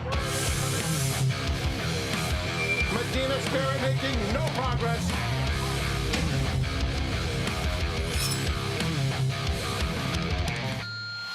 And it's going to be Rock Your World to take them all the way in the Santa Anita Derby. He's undefeated and wins by 4. Racetrack Television Network brings you every race, from every track, on every screen, every day. With monthly packages starting as low as $5, RTN gives you great value and access to more live HD streaming and race replays than anyone. Visit RTN.tv today to sign up and watch on almost any device, including Roku and Amazon Fire. RTN has packages that start at $5 per month.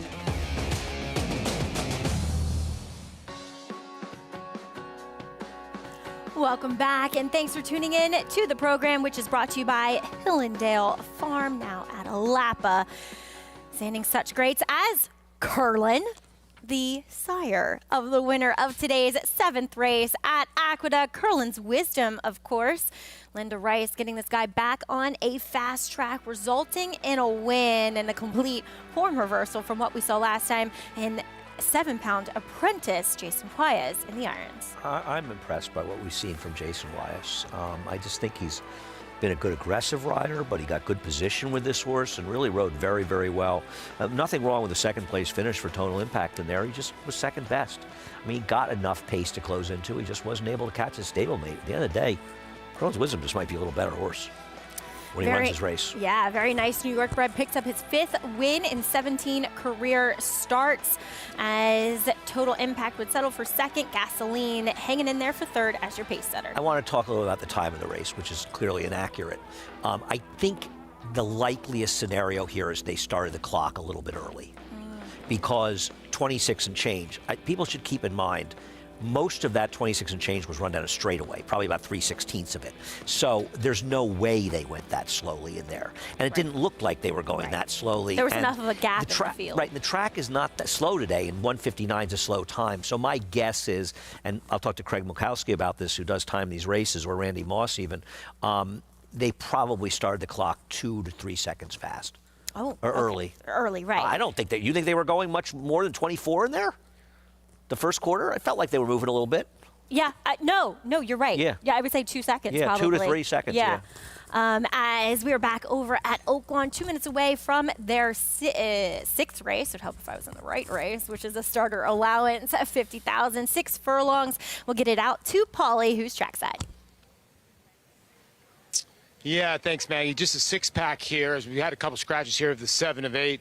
And 7 and 8 of here, the fillies and mares. There's some older mares in here and some younger fillies as well. And the money's going towards Super Wonder Girl here for Robertina Diodoro, the 5. And I get it. This horse has got races that beat this field. My issue I have is, since Robertino's claimed this 7-year-old mare, she's broken dead last, 10 out of 13, and 10 out of 11. The one time she broke, what happened? She was a winner at the $30,000 level. So the gate is her Achilles heel. And in a 6-horse field, I don't know how that would play out a little bit more. Maybe, she could lay back and kick on, but I just don't think she can make that many mistakes in here. Now, the 6, Shell Shock, your second choice right now, does go from the inside to the outside for Chris Hartman. Second start in his barn. I thought ran well last time out. I've been talking about Nick Juarez. He's been keeping his horses very forwardly placed. And the way the racetrack has been playing, it's just the right move in here. The 4 Argumento, for Mike Maker, really tough read to get on this horse because this horse has had some good races to go to, and it seemed like she was getting better, but now you haven't seen her since November. Tiny bit chilly on the board considering it's a 6-horse field, but 9-2 right on the morning line, and I think she can win this race. I landed on the 2, Bally Dreamin' in here, and the reason why is I just think maybe recency. If you look back as a 3-year-old, she took a field gate to wire from the 11 hole going 22.45. Now, she came back running last time from Michael Puich. I would think Michael thought, okay, I'm not going to lose this horse for 50. Well, he did to Matt Scherer, who is very good off the claim. And I'm getting 4-1. I'm hoping that this horse blitzes to the front and tries to take control and just hold on for dear life and hope the 5 doesn't come rolling late. I just think that the 5 is the horse to beat. I'm not arguing with the public at all, but the gate is going to be the issue, so I'll take a shot with Bally Dreamin', Matt Scherer off the claim. Paul's not feeling argumental. Who's number 4 in here? I don't know. I just felt as though I had to get that in. But taking a shot here with Bally Dreamin'. And as he pointed out, first off, the Matt Scherer claim, whom Matt's having a great meet down there with a limited number of starters. He's a good trainer. You don't hear his name that much. He doesn't have the number of starters. But you definitely don't, you're definitely a guy who can run. I don't know if this horse is good enough. We were in the same barn at Saratoga. Really? Works really hard. Matt works very, very hard. Well, somebody had to work hard in that barn. Yeah. My husband wouldn't be it. No, everybody knows it's you, Maggie. Come on. No, nobody's being fooled. I'm Tom's home taking care of the kids. Yeah. Oh, you're doing that too. That's right. I forgot. Yeah. Doing that, running the barn, working here, dealing with the children you work with here. My life is just forever a babysitter. Taking a look back at the Super Wonder Girl in here. She is number 5, Christian Torres aboard. This is her effort to back, I believe. Yeah, my problem with trying to bet against either the 5 or 6 in this race, the 2 horses that were vying for favoritism, is you're from Diodoro and Chris Hartman, who were winning at crazy high percentages. They have a higher speed figure advantage over the others, and I just don't see anybody I want to dive in on. I feel like Argumental is not impossible in here, but I'm not playing against both the 5 and 6 here. I'll be surprised if somebody beats both of them. Okay. All right. You got a different idea? No, I don't. I just, I thought that Sassy Seiji was fastest in here, so it might give Bally Dreamin' some problems, but I don't know. It's an interesting short field as we get it up to Vic Stauffer, who brings you the call of race 6.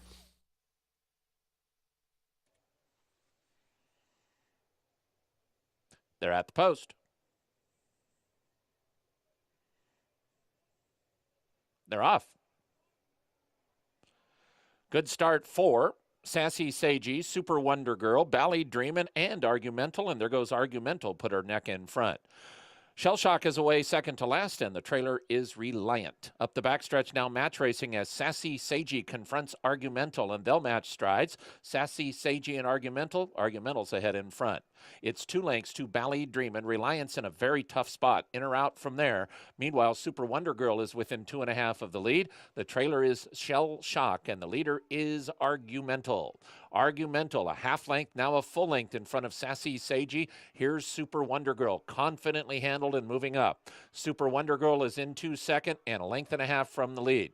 Bally Dreamin' is next, then comes Shell Shock. Argumental, the leader, at the top of the stretch. Super Wonder Girl has every chance chance to outfinish her. Then comes Bally Dreamin'. Shell Shock is 5 behind, and Argumental leads. Bally Dreamin' on the outside is alongside Super Wonder Girl. Argumental still a length in front. Super Wonder Girl, Bally Dreamin' and Shell Shock. Argumental, Super Wonder Girl a half length behind. Argumental, Super Wonder Girl, Argumental, Super Wonder Girl. Boy, I will tell you, this ended up super close. I think Argumental was in front, but I think Super Wonder Girl got a huge bob. This is an inch either way. It is a whacker. There it is. We just had to wait for it. It's a whacker, Andy. It is. I can't tell you who won. Well, I can't tell because the angle they're showing isn't the actual direct line to the finish line. So I'm done trying to call photos. I think, based on what we've seen in the past, that the 4 Argumental held on to Super Wonder Girl. But I'm not going to call photos in an angle, which we've seen repeatedly. Doesn't. I mean, obviously it was a straight-on angle. The 5 got up. But until the racetrack shows on their feed, they show well, you know, where those angles, we have the slow-mo that is actually on the wire to see who won, and that's how we knew yesterday the 12 had won that race. But until I see that, I'm not calling their photos because this angle on the simulcast is ridiculous. You got to feel a little bad for Argumental because she did so much of the dirty work, and I think, she man, lost. just at the last jump. Yep, 5-4. Wow, Isaac Castillo just being very aggressive with Argumental, but was not able to hold off Super Wonder Girl for the meet's leading trainer and rider. Back over here at the Big A, we are gearing up for today's feature race. It is the $100,000 Maddie May for those 3-year-old fillies. Taking a look at the horse who's looking to remain undefeated. I'm having a moment here for Bill Mott and Dylan Davis. More on this race to come on America's Day at the Races.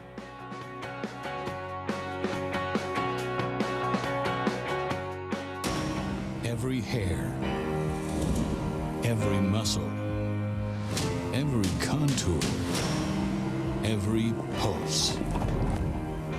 In the juvenile, Essential Quality have won. in the Belmont, Essential Quality has won the Belmont Stakes.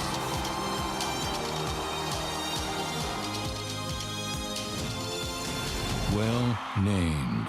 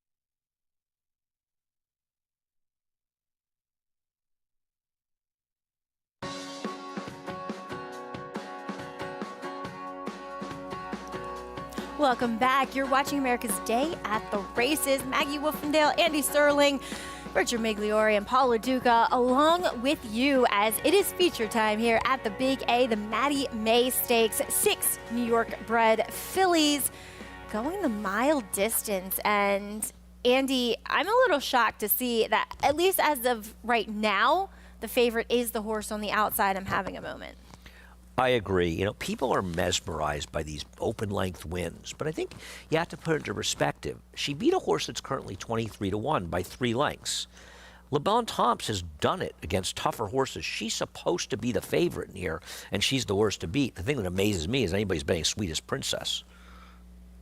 Yeah, the turf horse. Well, I don't know if she's turf horse, I but don't know. She's bad on all surfaces. She's equally bad because they're confused because they went to lead the Busanda. It appears she ran well last time. She's not getting a lead here. Maybe she's improved a lot, but I didn't like her. But maybe her last race, you know, if you believe that, you think she can win. Okay, I like the 4, Starry Midnight. looks like we may have a shoe repair down in the paddock, but we'll check in with Mig for more info on this Maddie May. Maggie, this is just an all-around good-looking group of fillies. I feel very fortunate the last 2 days covering racing and some of the fields that we've had. I think some really intriguing races and some really good horses. And from a pure physical perspective, the 3 Sweetest Princess does look fantastic. I agree. I think she's more of a turf horse. But gosh, her coat is just so good and resplendent. Really, dappled out, making a nice impression. Again, we try to put the puzzle pieces together, what we like physically and what we see on paper. The 5, La Bon Temps, really looks fantastic, and she makes a lot of sense. She's just been a gem of consistency. Has got a lot of seasoning, 6 starts with the 3 wins, over $460,000 in earnings, and she's checking both boxes. And then the 6, I'm having a moment. Expensive daughter of Uncle Mo, Tom Gallo, actually put together a group through his Dreammaker Racing that bought out the co-breeders of this horse, and Bruce Lunsford took a big position with her as well. She was impressive on debut. I think she'll take a big step forward. I love her attitude. When we look at horses that are making their second start, we want to see how they reacted to that first start. Is it something that rattled their cage or made them a little shook up? She actually looks like she took a step forward from her first start, and well drawn outside. I like what I'm seeing from the 6. I'm having a moment. All right, was able to win first time out going the 7. Thank you, Mig. She'll get an extra furlong to work with here. I don't like her in here. I understand why she can win. I understand why people like her, and I respect Richie's opinion. She did work well before the race, but at the end of the day, the Mott Barn does not have good numbers coming off maiden winners in their debuts, and I think she's going to have to step significantly forward to win this race. Here is that debut win where she did, you'll notice she'll stay on her inside lead, but I think it was just because of some greenness and inexperience, because she just does this so easily. I think maybe she lost a little focus at the end. Maybe. Listen, she can improve and win this race. And the thing with Le Bon Temps is she has the one big figure. The other figures aren't that fast. So maybe, who knows what the real Le Bon Temps is. I still think she's the worst to beat in here. But people are mesmerized by the undefeated 1-for-1. I get the Mott Barn. I just think I'm having a moment as one that I want to play against in here. And I'm very curious to see what Starry Midnight does. A horse who's been very green in her starts, was visually impressive first time out. She's had issues with kickback in both her starts, but I wonder if stretching out to a mile, she can get her settled a little bit, but she needs to break cleanly. In my opinion, she should love it from what I've seen from her in the paddock. Well, I'm in. All right, Starry Midnight, currently 7-1, but more on the Maddie May coming up next here on America's Day at the Races. Make sure you stay tuned, as this is a good-looking field of 3-year-old New York bred fillies.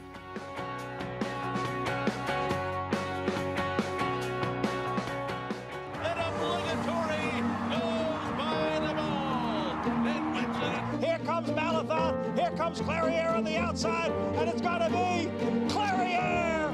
Nest, much the best. She won by better than 10 lengths. And Elite Power gets up to win the sprint. Outside it's Malotha coming to the wire. Who's it gonna be? Here's the wire. Oh, the wish has come true. That one's for you, Cody. Who you betting on? How about an app created specifically for horse racing? Naira Bets. We specialize in thundering hooves, fist pumping, and boosting your bankroll with robust weekly promotions, and offer betting tips from actual horse racing experts.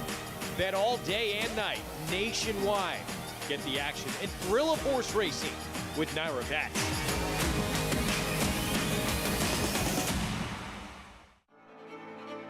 Connect, a Grade 1 winning millionaire, now making his mark as a sire. With Grade 1 winner Rattle and Roll in his first crop, along with Grade 3 winner Hidden Connection, and stakes winners The Alice Look. and implicated in his second. With a full book bred last year, there is more quality in the pipeline. Connect, a proven sire in the making, standing at Lane's End. It's America's original sport, and no one covers it better than America'sBestRacing.net. From the sport to the lifestyle, the best races, horses, and destination venues, cocktails, gambling, fashion, and more. America'sBestRacing.net is a sport for you. Live it, love it, bet it.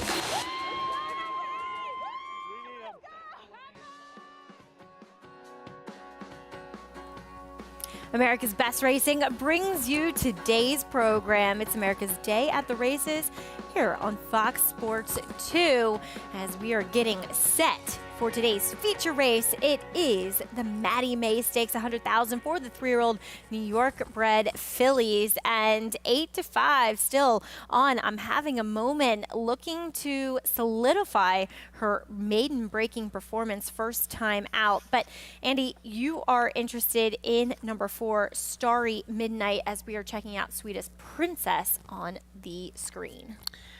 I mean, you could argue Squeeze Princess improved by being more aggressive last time. I feel like it was circumstance. Hard to see her on the lead today, but you never know. She is lightly raced for a good trainer.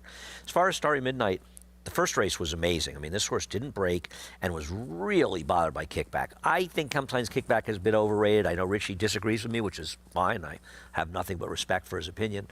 But this horse was clearly bothered by it. And yet she still managed to win. It was not a fast race, but she really ran well in there. And then last time out, same issues. Now she's going to have to grow up and get through it. Most horses over time will acclimate to kickback. She's going to have to show she can do it. She's going to have to break. I think Linda Rice felt that she would need more distance, and she's another one like the 5, where Sheila Rosenblum, Leigh Sheila Stable, bought into these horses. And I think that Linda thought this was a horse might need her last race to stretch out in her next start. She holds a pretty strong hand with 2 horses she didn't originally train. My notes say looks longer, really laid back. She's a connect out of a Street Cry mare. I say distance will be her friend. But as I mentioned before the break, we do see a shoe repair. Mig, what's going on down there in the paddock?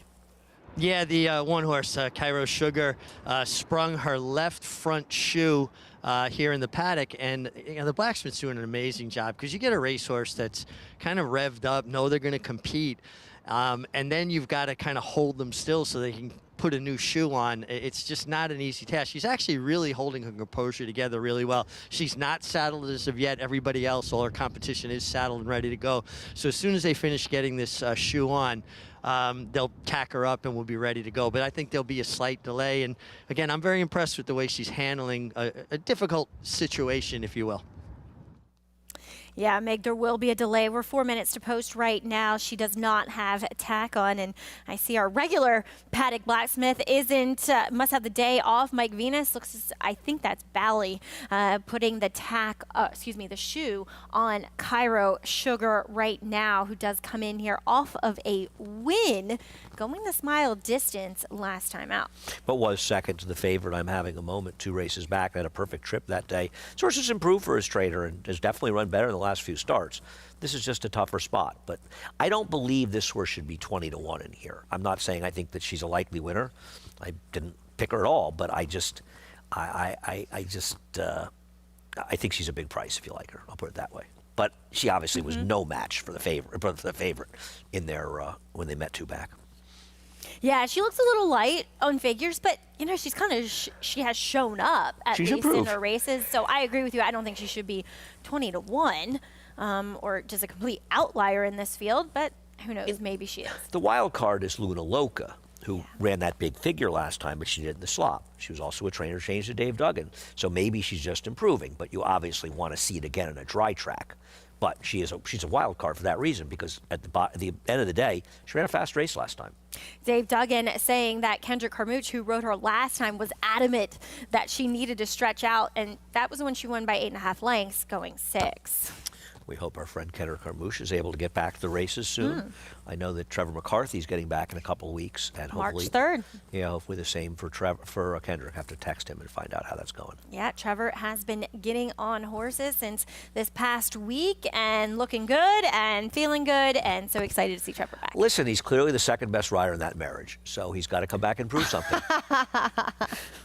He, of course, married to Katie Davis, who's having a great meet here at Aqueduct, deciding to return to the saddle since giving birth to their daughter, Riley. And Trevor's been a terrific house husband, I'm sure, in her absence while she's been riding more.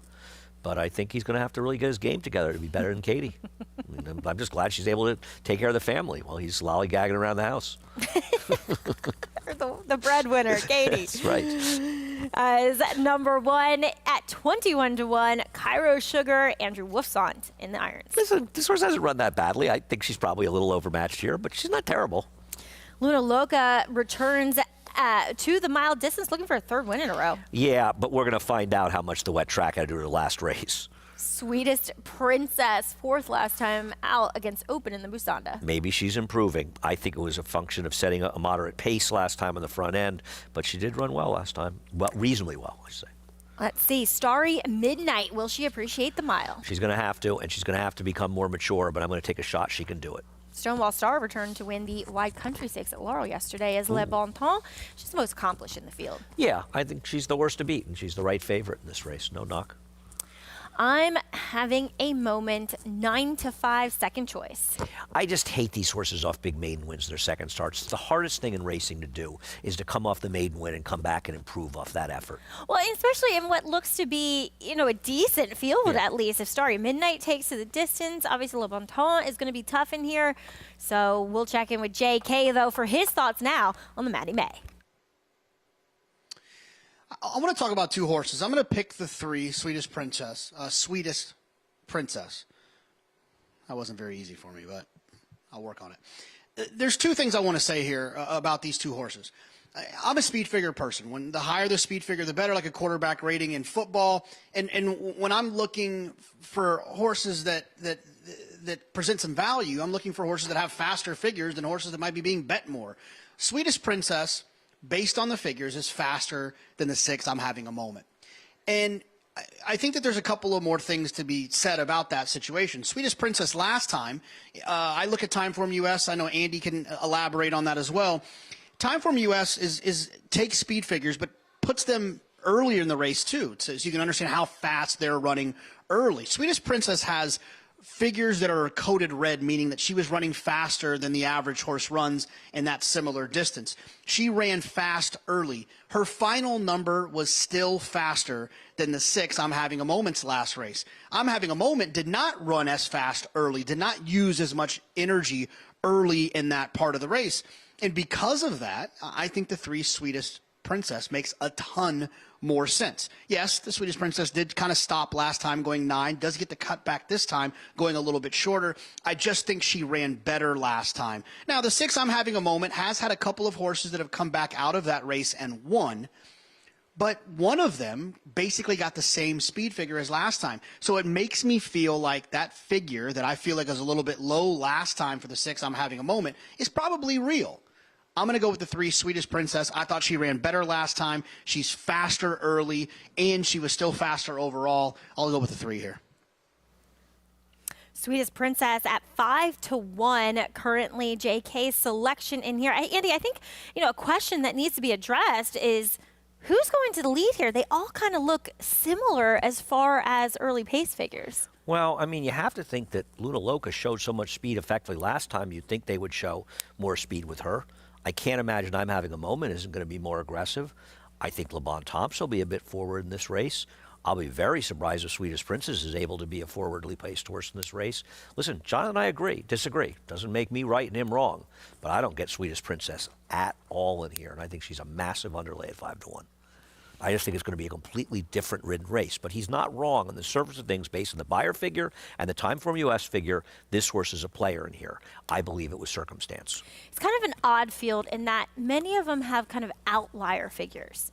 You know what I mean? Mm-hmm, The horses who have run, and mainly Sweetest Princess and Le Bon Temps, they kind of just have the one figure that's a little bit. That's You mean Luna Loca as the one figure? Oh, Luna Loca, yes. And even, I mean, Sweetest Princess kind of last time too. Yeah, no, absolutely, I agree. I don't know where it came from. So, and I don't see how who she's going to can- be able to run the same race today because I just don't see her being the speed in this race. But who knows? Maybe she's a different horse, and maybe Manny will gut her out of the gate.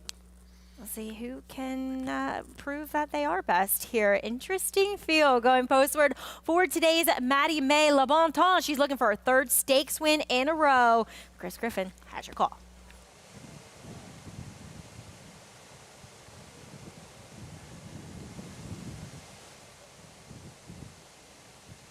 I'm having a moment.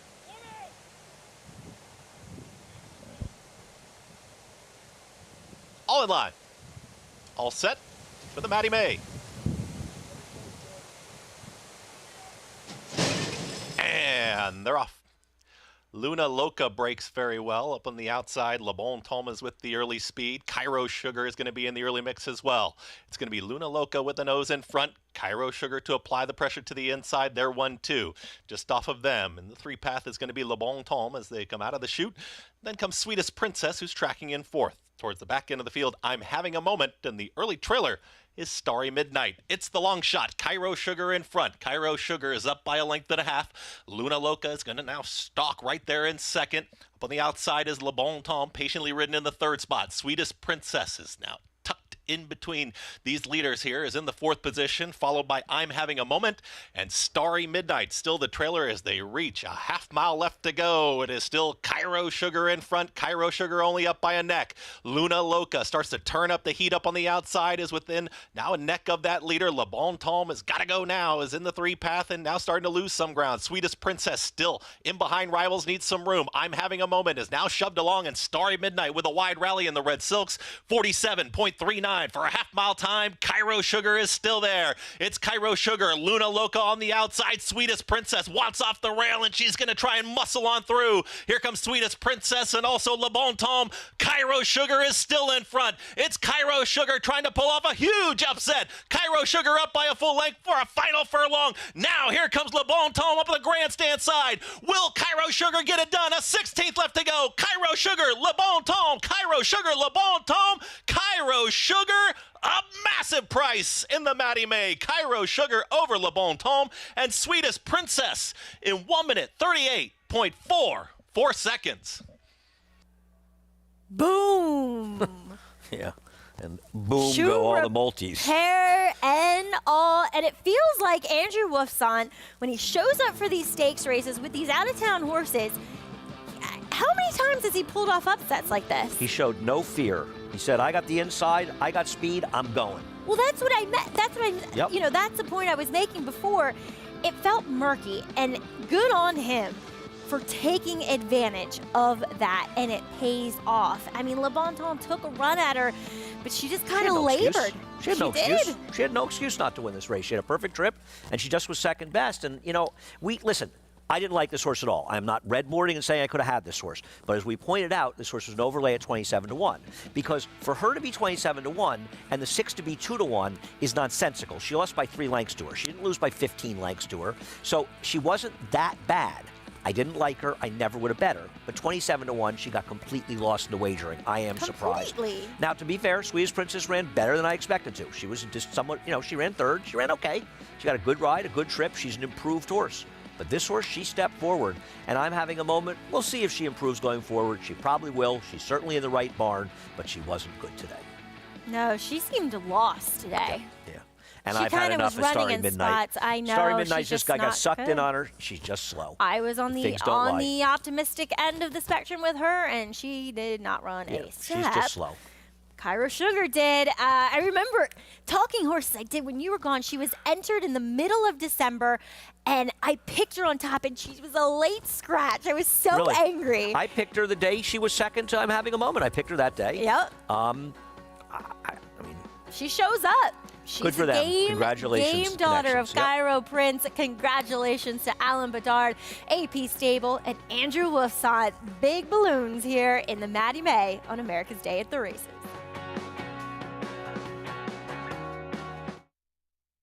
Grade 1 winner and track record setter Lee. Like their sire, his runners have excelled on both dirt and turf, including these standout performers. Poppy Flower is kicking in. Poppy Flower with the momentum. Nagarok, they come on for the finish, and it is going to be Nagarok. Out of a Galileo mare, this dual surface star has sired juvenile stakes winners on both dirt and turf. Lee, standing at Claiborne Farm.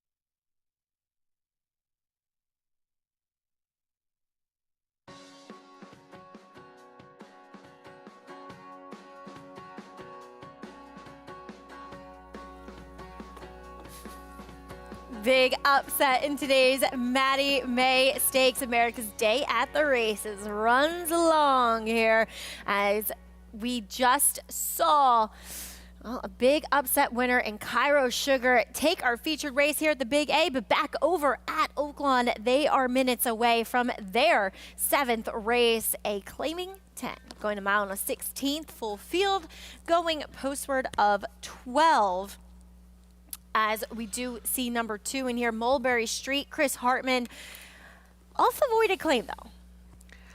Yeah, I don't know what to do with a horse like this off avoided claim and not a particularly good performance. I mean, this is not the kind of horse that I really want to bet on. I found this race close to inscrutable. Wait a minute. The horse that finished in front of him, 2 back, that backs up with another third, is 29-1. Who's that? The 10, Georgia Deputy. Not impossible in here. Has no speed though. Okay, Paul, We need what's help. going on out there? Well, I don't know. Did Andy bring out his thesaurus for this race? I'm kind of with him, but I'll go with a word that a lot of people actually understand. I'm going to go with perplexed. This race is perplexing because when you look at the 11, how can you take a horse at 2-1 that 2 wins, one's been on the turf and one's been in an off the turf event? The 2 and off avoided claim dropping. I get it's Robertino Diodoro. Mulberry Street for Chris Hartman, off avoided claim. Last time this horse won was 10-2. They bumped the horse for 20.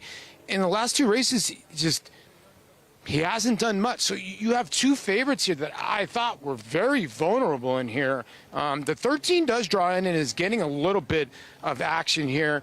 California Swing ran really well, haven't been off since October. That was on a muddy racetrack, but draws the dreaded outside, and it's going to be interesting to see what happens. Do they push from that outside gate? Mr. Tip, the 4, I thought was logical in here. Doesn't love to win races, obviously 0 for 10 the last 2 years. I think that's the reason why. You look at Mulberry Street and you look at the 11, and people are thinking, okay, these horses have won in the last couple of years. Mr. Tip has not. I think the one higher authority has got a giant shot in here. Kelly Von Hemel does not claim any horses. In fact, he's only claimed 1 horse this whole year. The horse paid $29 to win. I don't see why this horse cannot improve. Since this horse been around 2 turns, 2 decent races. I know he's bumping up to 8, but there's just so many different question marks in this race. And I even give the 3 C-Spot Run a chance in here. So I'll probably land on the 1 Higher Authority, but I just cannot endorse anybody betting the 2 or the 11 in here, so they'll probably run first and second. Paul, I'm so with you. I totally agree. Why not shop around in this field? I think the 4, I know he, as Paul mentioned, doesn't like to win often, but certainly has the races to win here. Mr. Tip, like I said, Georgia Deputy, why is he such a huge price? Yeah, I'm not gonna. I'm not gonna. I really had trouble with this race. I think Paul is right. I'll go with perplexing as well. I mean, I can understand the 11, but he's avoided claim in a significant drop down. And it's just a race where I don't trust anybody. And I mean, I didn't find anybody that I could bet on. I agree with Paulie. Mr. Tip is okay, but I don't have a strong opinion here. But I'm glad to see they're circling. Yeah, like Paul said, the 2 favorites are coming off poor performances for leading trainers. Avoided claims. Yep. Why are you supposed to take a short price? I don't want to. I mean, and once again, I won't be shocked when they win, and I don't think you would be either. But they're not horses that I'm going to endorse. All right. Anyway, they are slowly making their way to the gate. Oh, look, the 8's running in a hood. What does that mean? So I just shot a. See, a hood he's video? got a hood. Yeah, I shot different equipment stuff with Eldon and Ernie, are fabulous editors and they're the class of the cameramen. operation. It's They not totally us. are. They totally are. And Bobby was there too, our producer. All right, so it wasn't perfect. He looks like a show horse. At least Mitch wasn't there, so there's that. Oh gosh, yeah. So heading into line, this one. It's a head scratcher, as we will send it out to Vic Stoffer, who will bring you the call of race number 7, which will be our final live race on America's Day at the Races. Iberville.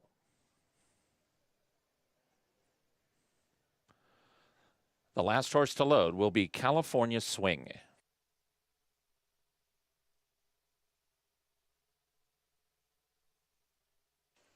Space Odyssey has broken through the gate. Not surprisingly, our brilliant assistant starter did a great job and stayed with him. Folks, that's the difference between this horse being scratched and not scratched, that he stayed with this 1,000-pound animal. He'll take him back behind the gate, let Doc take a look at him, make sure that Space Odyssey's okay. If he gets the thumbs up, he'll go right back into gate 6. Meanwhile, California Swing has loaded. Space Odyssey good to go. They're at the post.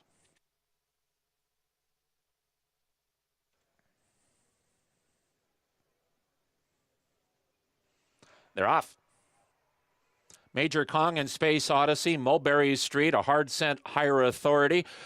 C-Spot Run is next, then Ghost Strategy and Iberville to the outside. Zaffa and California Swing are next. Now Major Kong only has 2 beat. They are Make Noise and Georgia Deputy. Higher Authority wanted that lead, and he moves through to take it from C-Spot Run and between horses Mulberry Street. Here's Mulberry Street within a neck of the front-running Higher Authority. Mr. Tip settles in 4th and 4 from the front, 2.5 to Iberville. Zaffa at the rail. To the outside Ghost Strategy, and even further out Space Odyssey. It's another 5 back to California Swing and Major Kong. At the back of the pack are Make Noise and Georgia Deputy, strung out over a lot of ground, and Higher Authority is now getting away. Higher Authority, Mulberry Street is dropped back to 3rd and 5 from the front. So at the half-mile marker, it is Higher Authority, 2.5 lengths now in front of Mr. Tip, who's taken over 2nd. C-Spot Run is to the outside. Mulberry Street is 4th and 5 from the front. Then comes Iberville. Zaffa's at the rail. He's got a chance. California Swing is beginning to unwind from the back of the pack, but he's still about 7 from the front for David Cabrera, and the one to catch is Higher Authority. Higher Authority at the top of the stretch, a 2-length lead on Mulberry Street, who is now back into the bid, and here he comes to re-engage. Mulberry Street and Higher Authority. In the center, Iberville. These three to the final furlong, and Iberville puts his white blinkers in front. He's now a length and a half in front. Mulberry Street and Higher Authority battle second and third, but Iberville's clear, and now he's got it. It is number 11. It is Channel 11. Iberville in front. Iberville won by 6. Mulberry Street was second. Higher Authority third. Major Kong finished fourth. Sometimes it is as easy betting the trainers as the two favorites run 1-2 here. Iberville getting the win for Robertino Diodoro, your meets leading trainer, teaming up with the meets leading rider, Christian Torres. Right. Neither one of us would have bet these horses. Neither one of us would have bet this exacta. But at the end of the day, it doesn't mean they couldn't be there. But I think over the long haul, you have to take these kind of horses with a grain of salt. I couldn't come up with an alternative. So I wasn't interested in betting against them. But I also wasn't interested in betting on either one of them, though neither one of us is surprised by the result. I got a little excited for Paul's horse number 1, who ran well in defeat, finishing third, rounding out the try. Hopefully Paul had it, but this was an upset victory here, back here at Aqueduct in the Maddie May, as Cairo Sugar returns 57.50 over Le Bon Temps, your even money favorite and sweetest princess. But Richie catching up with winning trainer Alan Bedard. Down here in the paddock with the winning conditioner. Anytime? Okay. Yeah, pleased to be here with Alan Bedard, who had a winner here yesterday, but now your first stakes winner on the dirt, you told me. Yes, on the dirt and in New York. So the other stake race I won were on the turf. And how nervous were you when the filly sprung a shoe here in the paddock? But she did handle herself pretty well. She was okay, but she stepped right on her new shoe actually and pulled it right off. And it was a little hassle in there getting it back on her, but we got it done, and everybody did a great job. Get her out there and run big. And you really got a nice ride from Andrew Wilson, taking the lead from the inside. Yes, really did a full plan. We thought we could get the lead, and she got it. So she just went on with it, and she kept going. So happy with it, very happy. Now, is this a filly that you've had now for after her first 2 starts? Has she always kind of shown you in training that she could maybe pull this off? We felt that way. Her breeding is excellent. The owner, AP Stable, Randy Ners, did a great job finding her, little diamond in the rough, and we really felt she had it. And we're kind of aiming her for the turf also. So the Cairo Princes have been all running pretty well on the turf. So, well done. Congratulations. Thank you so much. Appreciate it. Guys, always nice to see someone come in here and pick off a good one.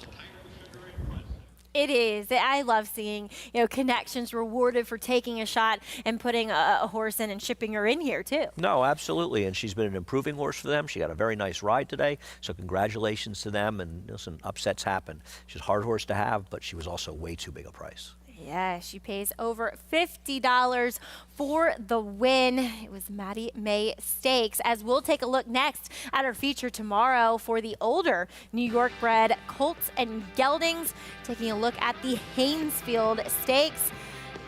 Haynesfield, of course, Jockey Club Gold Cup winner. Let me ask you a question. Do you say Steve Asmussen, and you said Toby. Do we give Toby full credit? Because basically he trained Haynesfield his whole career, right? Steve didn't really train. And I think Steve would say the same thing. Much like Morello. I don't want to. Steve might not. I tell you what, I'll hear from Steve depending on what he says if he disagrees with me. I'm not commenting. Steve misses nothing. That guy, how does he do it? He's winning 10,000 races, and he never misses a word that anybody says. He's unbelievable. He's still sitting at 9,999. He'll be there. I think he'll he did get have there. seveul horses running at Sam Houston. Again, a little tough to watch what's going on at Sam Houston. It's tougher than tough. Correct. As we will catch that Haynesfield field. What do you think now? We'll face off with the Millionaire Banquet and the up-and-comer Dr. Ardito. Make sure you tune in tomorrow to catch all the action 3 to 6, as you need to check your local listings, but all about an upset as Cairo Sugar, she was your winner of today's Maddie May Stakes. Andrew Wolfson delivering a perfect ride for Alan Bedard.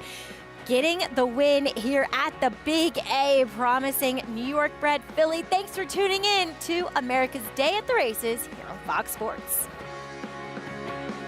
War Dancer. The momentum continues with recent stakes winners on turf and dirt. Dancing Buck going wire to wire in the Grade 3 Belmont Turf. Dancing Buck has opened up on the field. It is Dancing Buck by a half dozen lengths. And 2-year-old filly War Saichi with a wire-to-wire win in the Ladyfinger Stakes. War Saichi asserted her authority immediately out of the starting gate, and she has not relinquished the lead. War Dancer, the #1 third-crop turf sire in North America. Proud to stand in New York. RaceLens is the most in-depth product in horse racing with unique features found nowhere else. True odds, predictive analysis, and pace projection. RaceLens. It will change the way you follow horse racing and take your game to the next level. Bet Aqueduct in Oaklawn for a chance at taking home your share of $5,000 each week. Hit the late pick 5 on Sunday at both or either track and split $5,000. Opt in at NyraBets.com. This season at Oaklawn, we've got more of everything. More of the top thoroughbreds in the world. More days of live racing. And the largest purses in our history. All at a completely reimagined Oaklawn. Come be a part of this historic season at Arkansas's only casino resort. Racetrack Television Network brings you every race, from every track, on every screen, every day. With monthly packages starting as low as $5, RTN gives you great value and access to more live HD streaming and race replays than anyone. Visit RTN.tv today to sign up and watch on almost any device, including Roku and Amazon Fire. RTN has packages that start at $5 per month.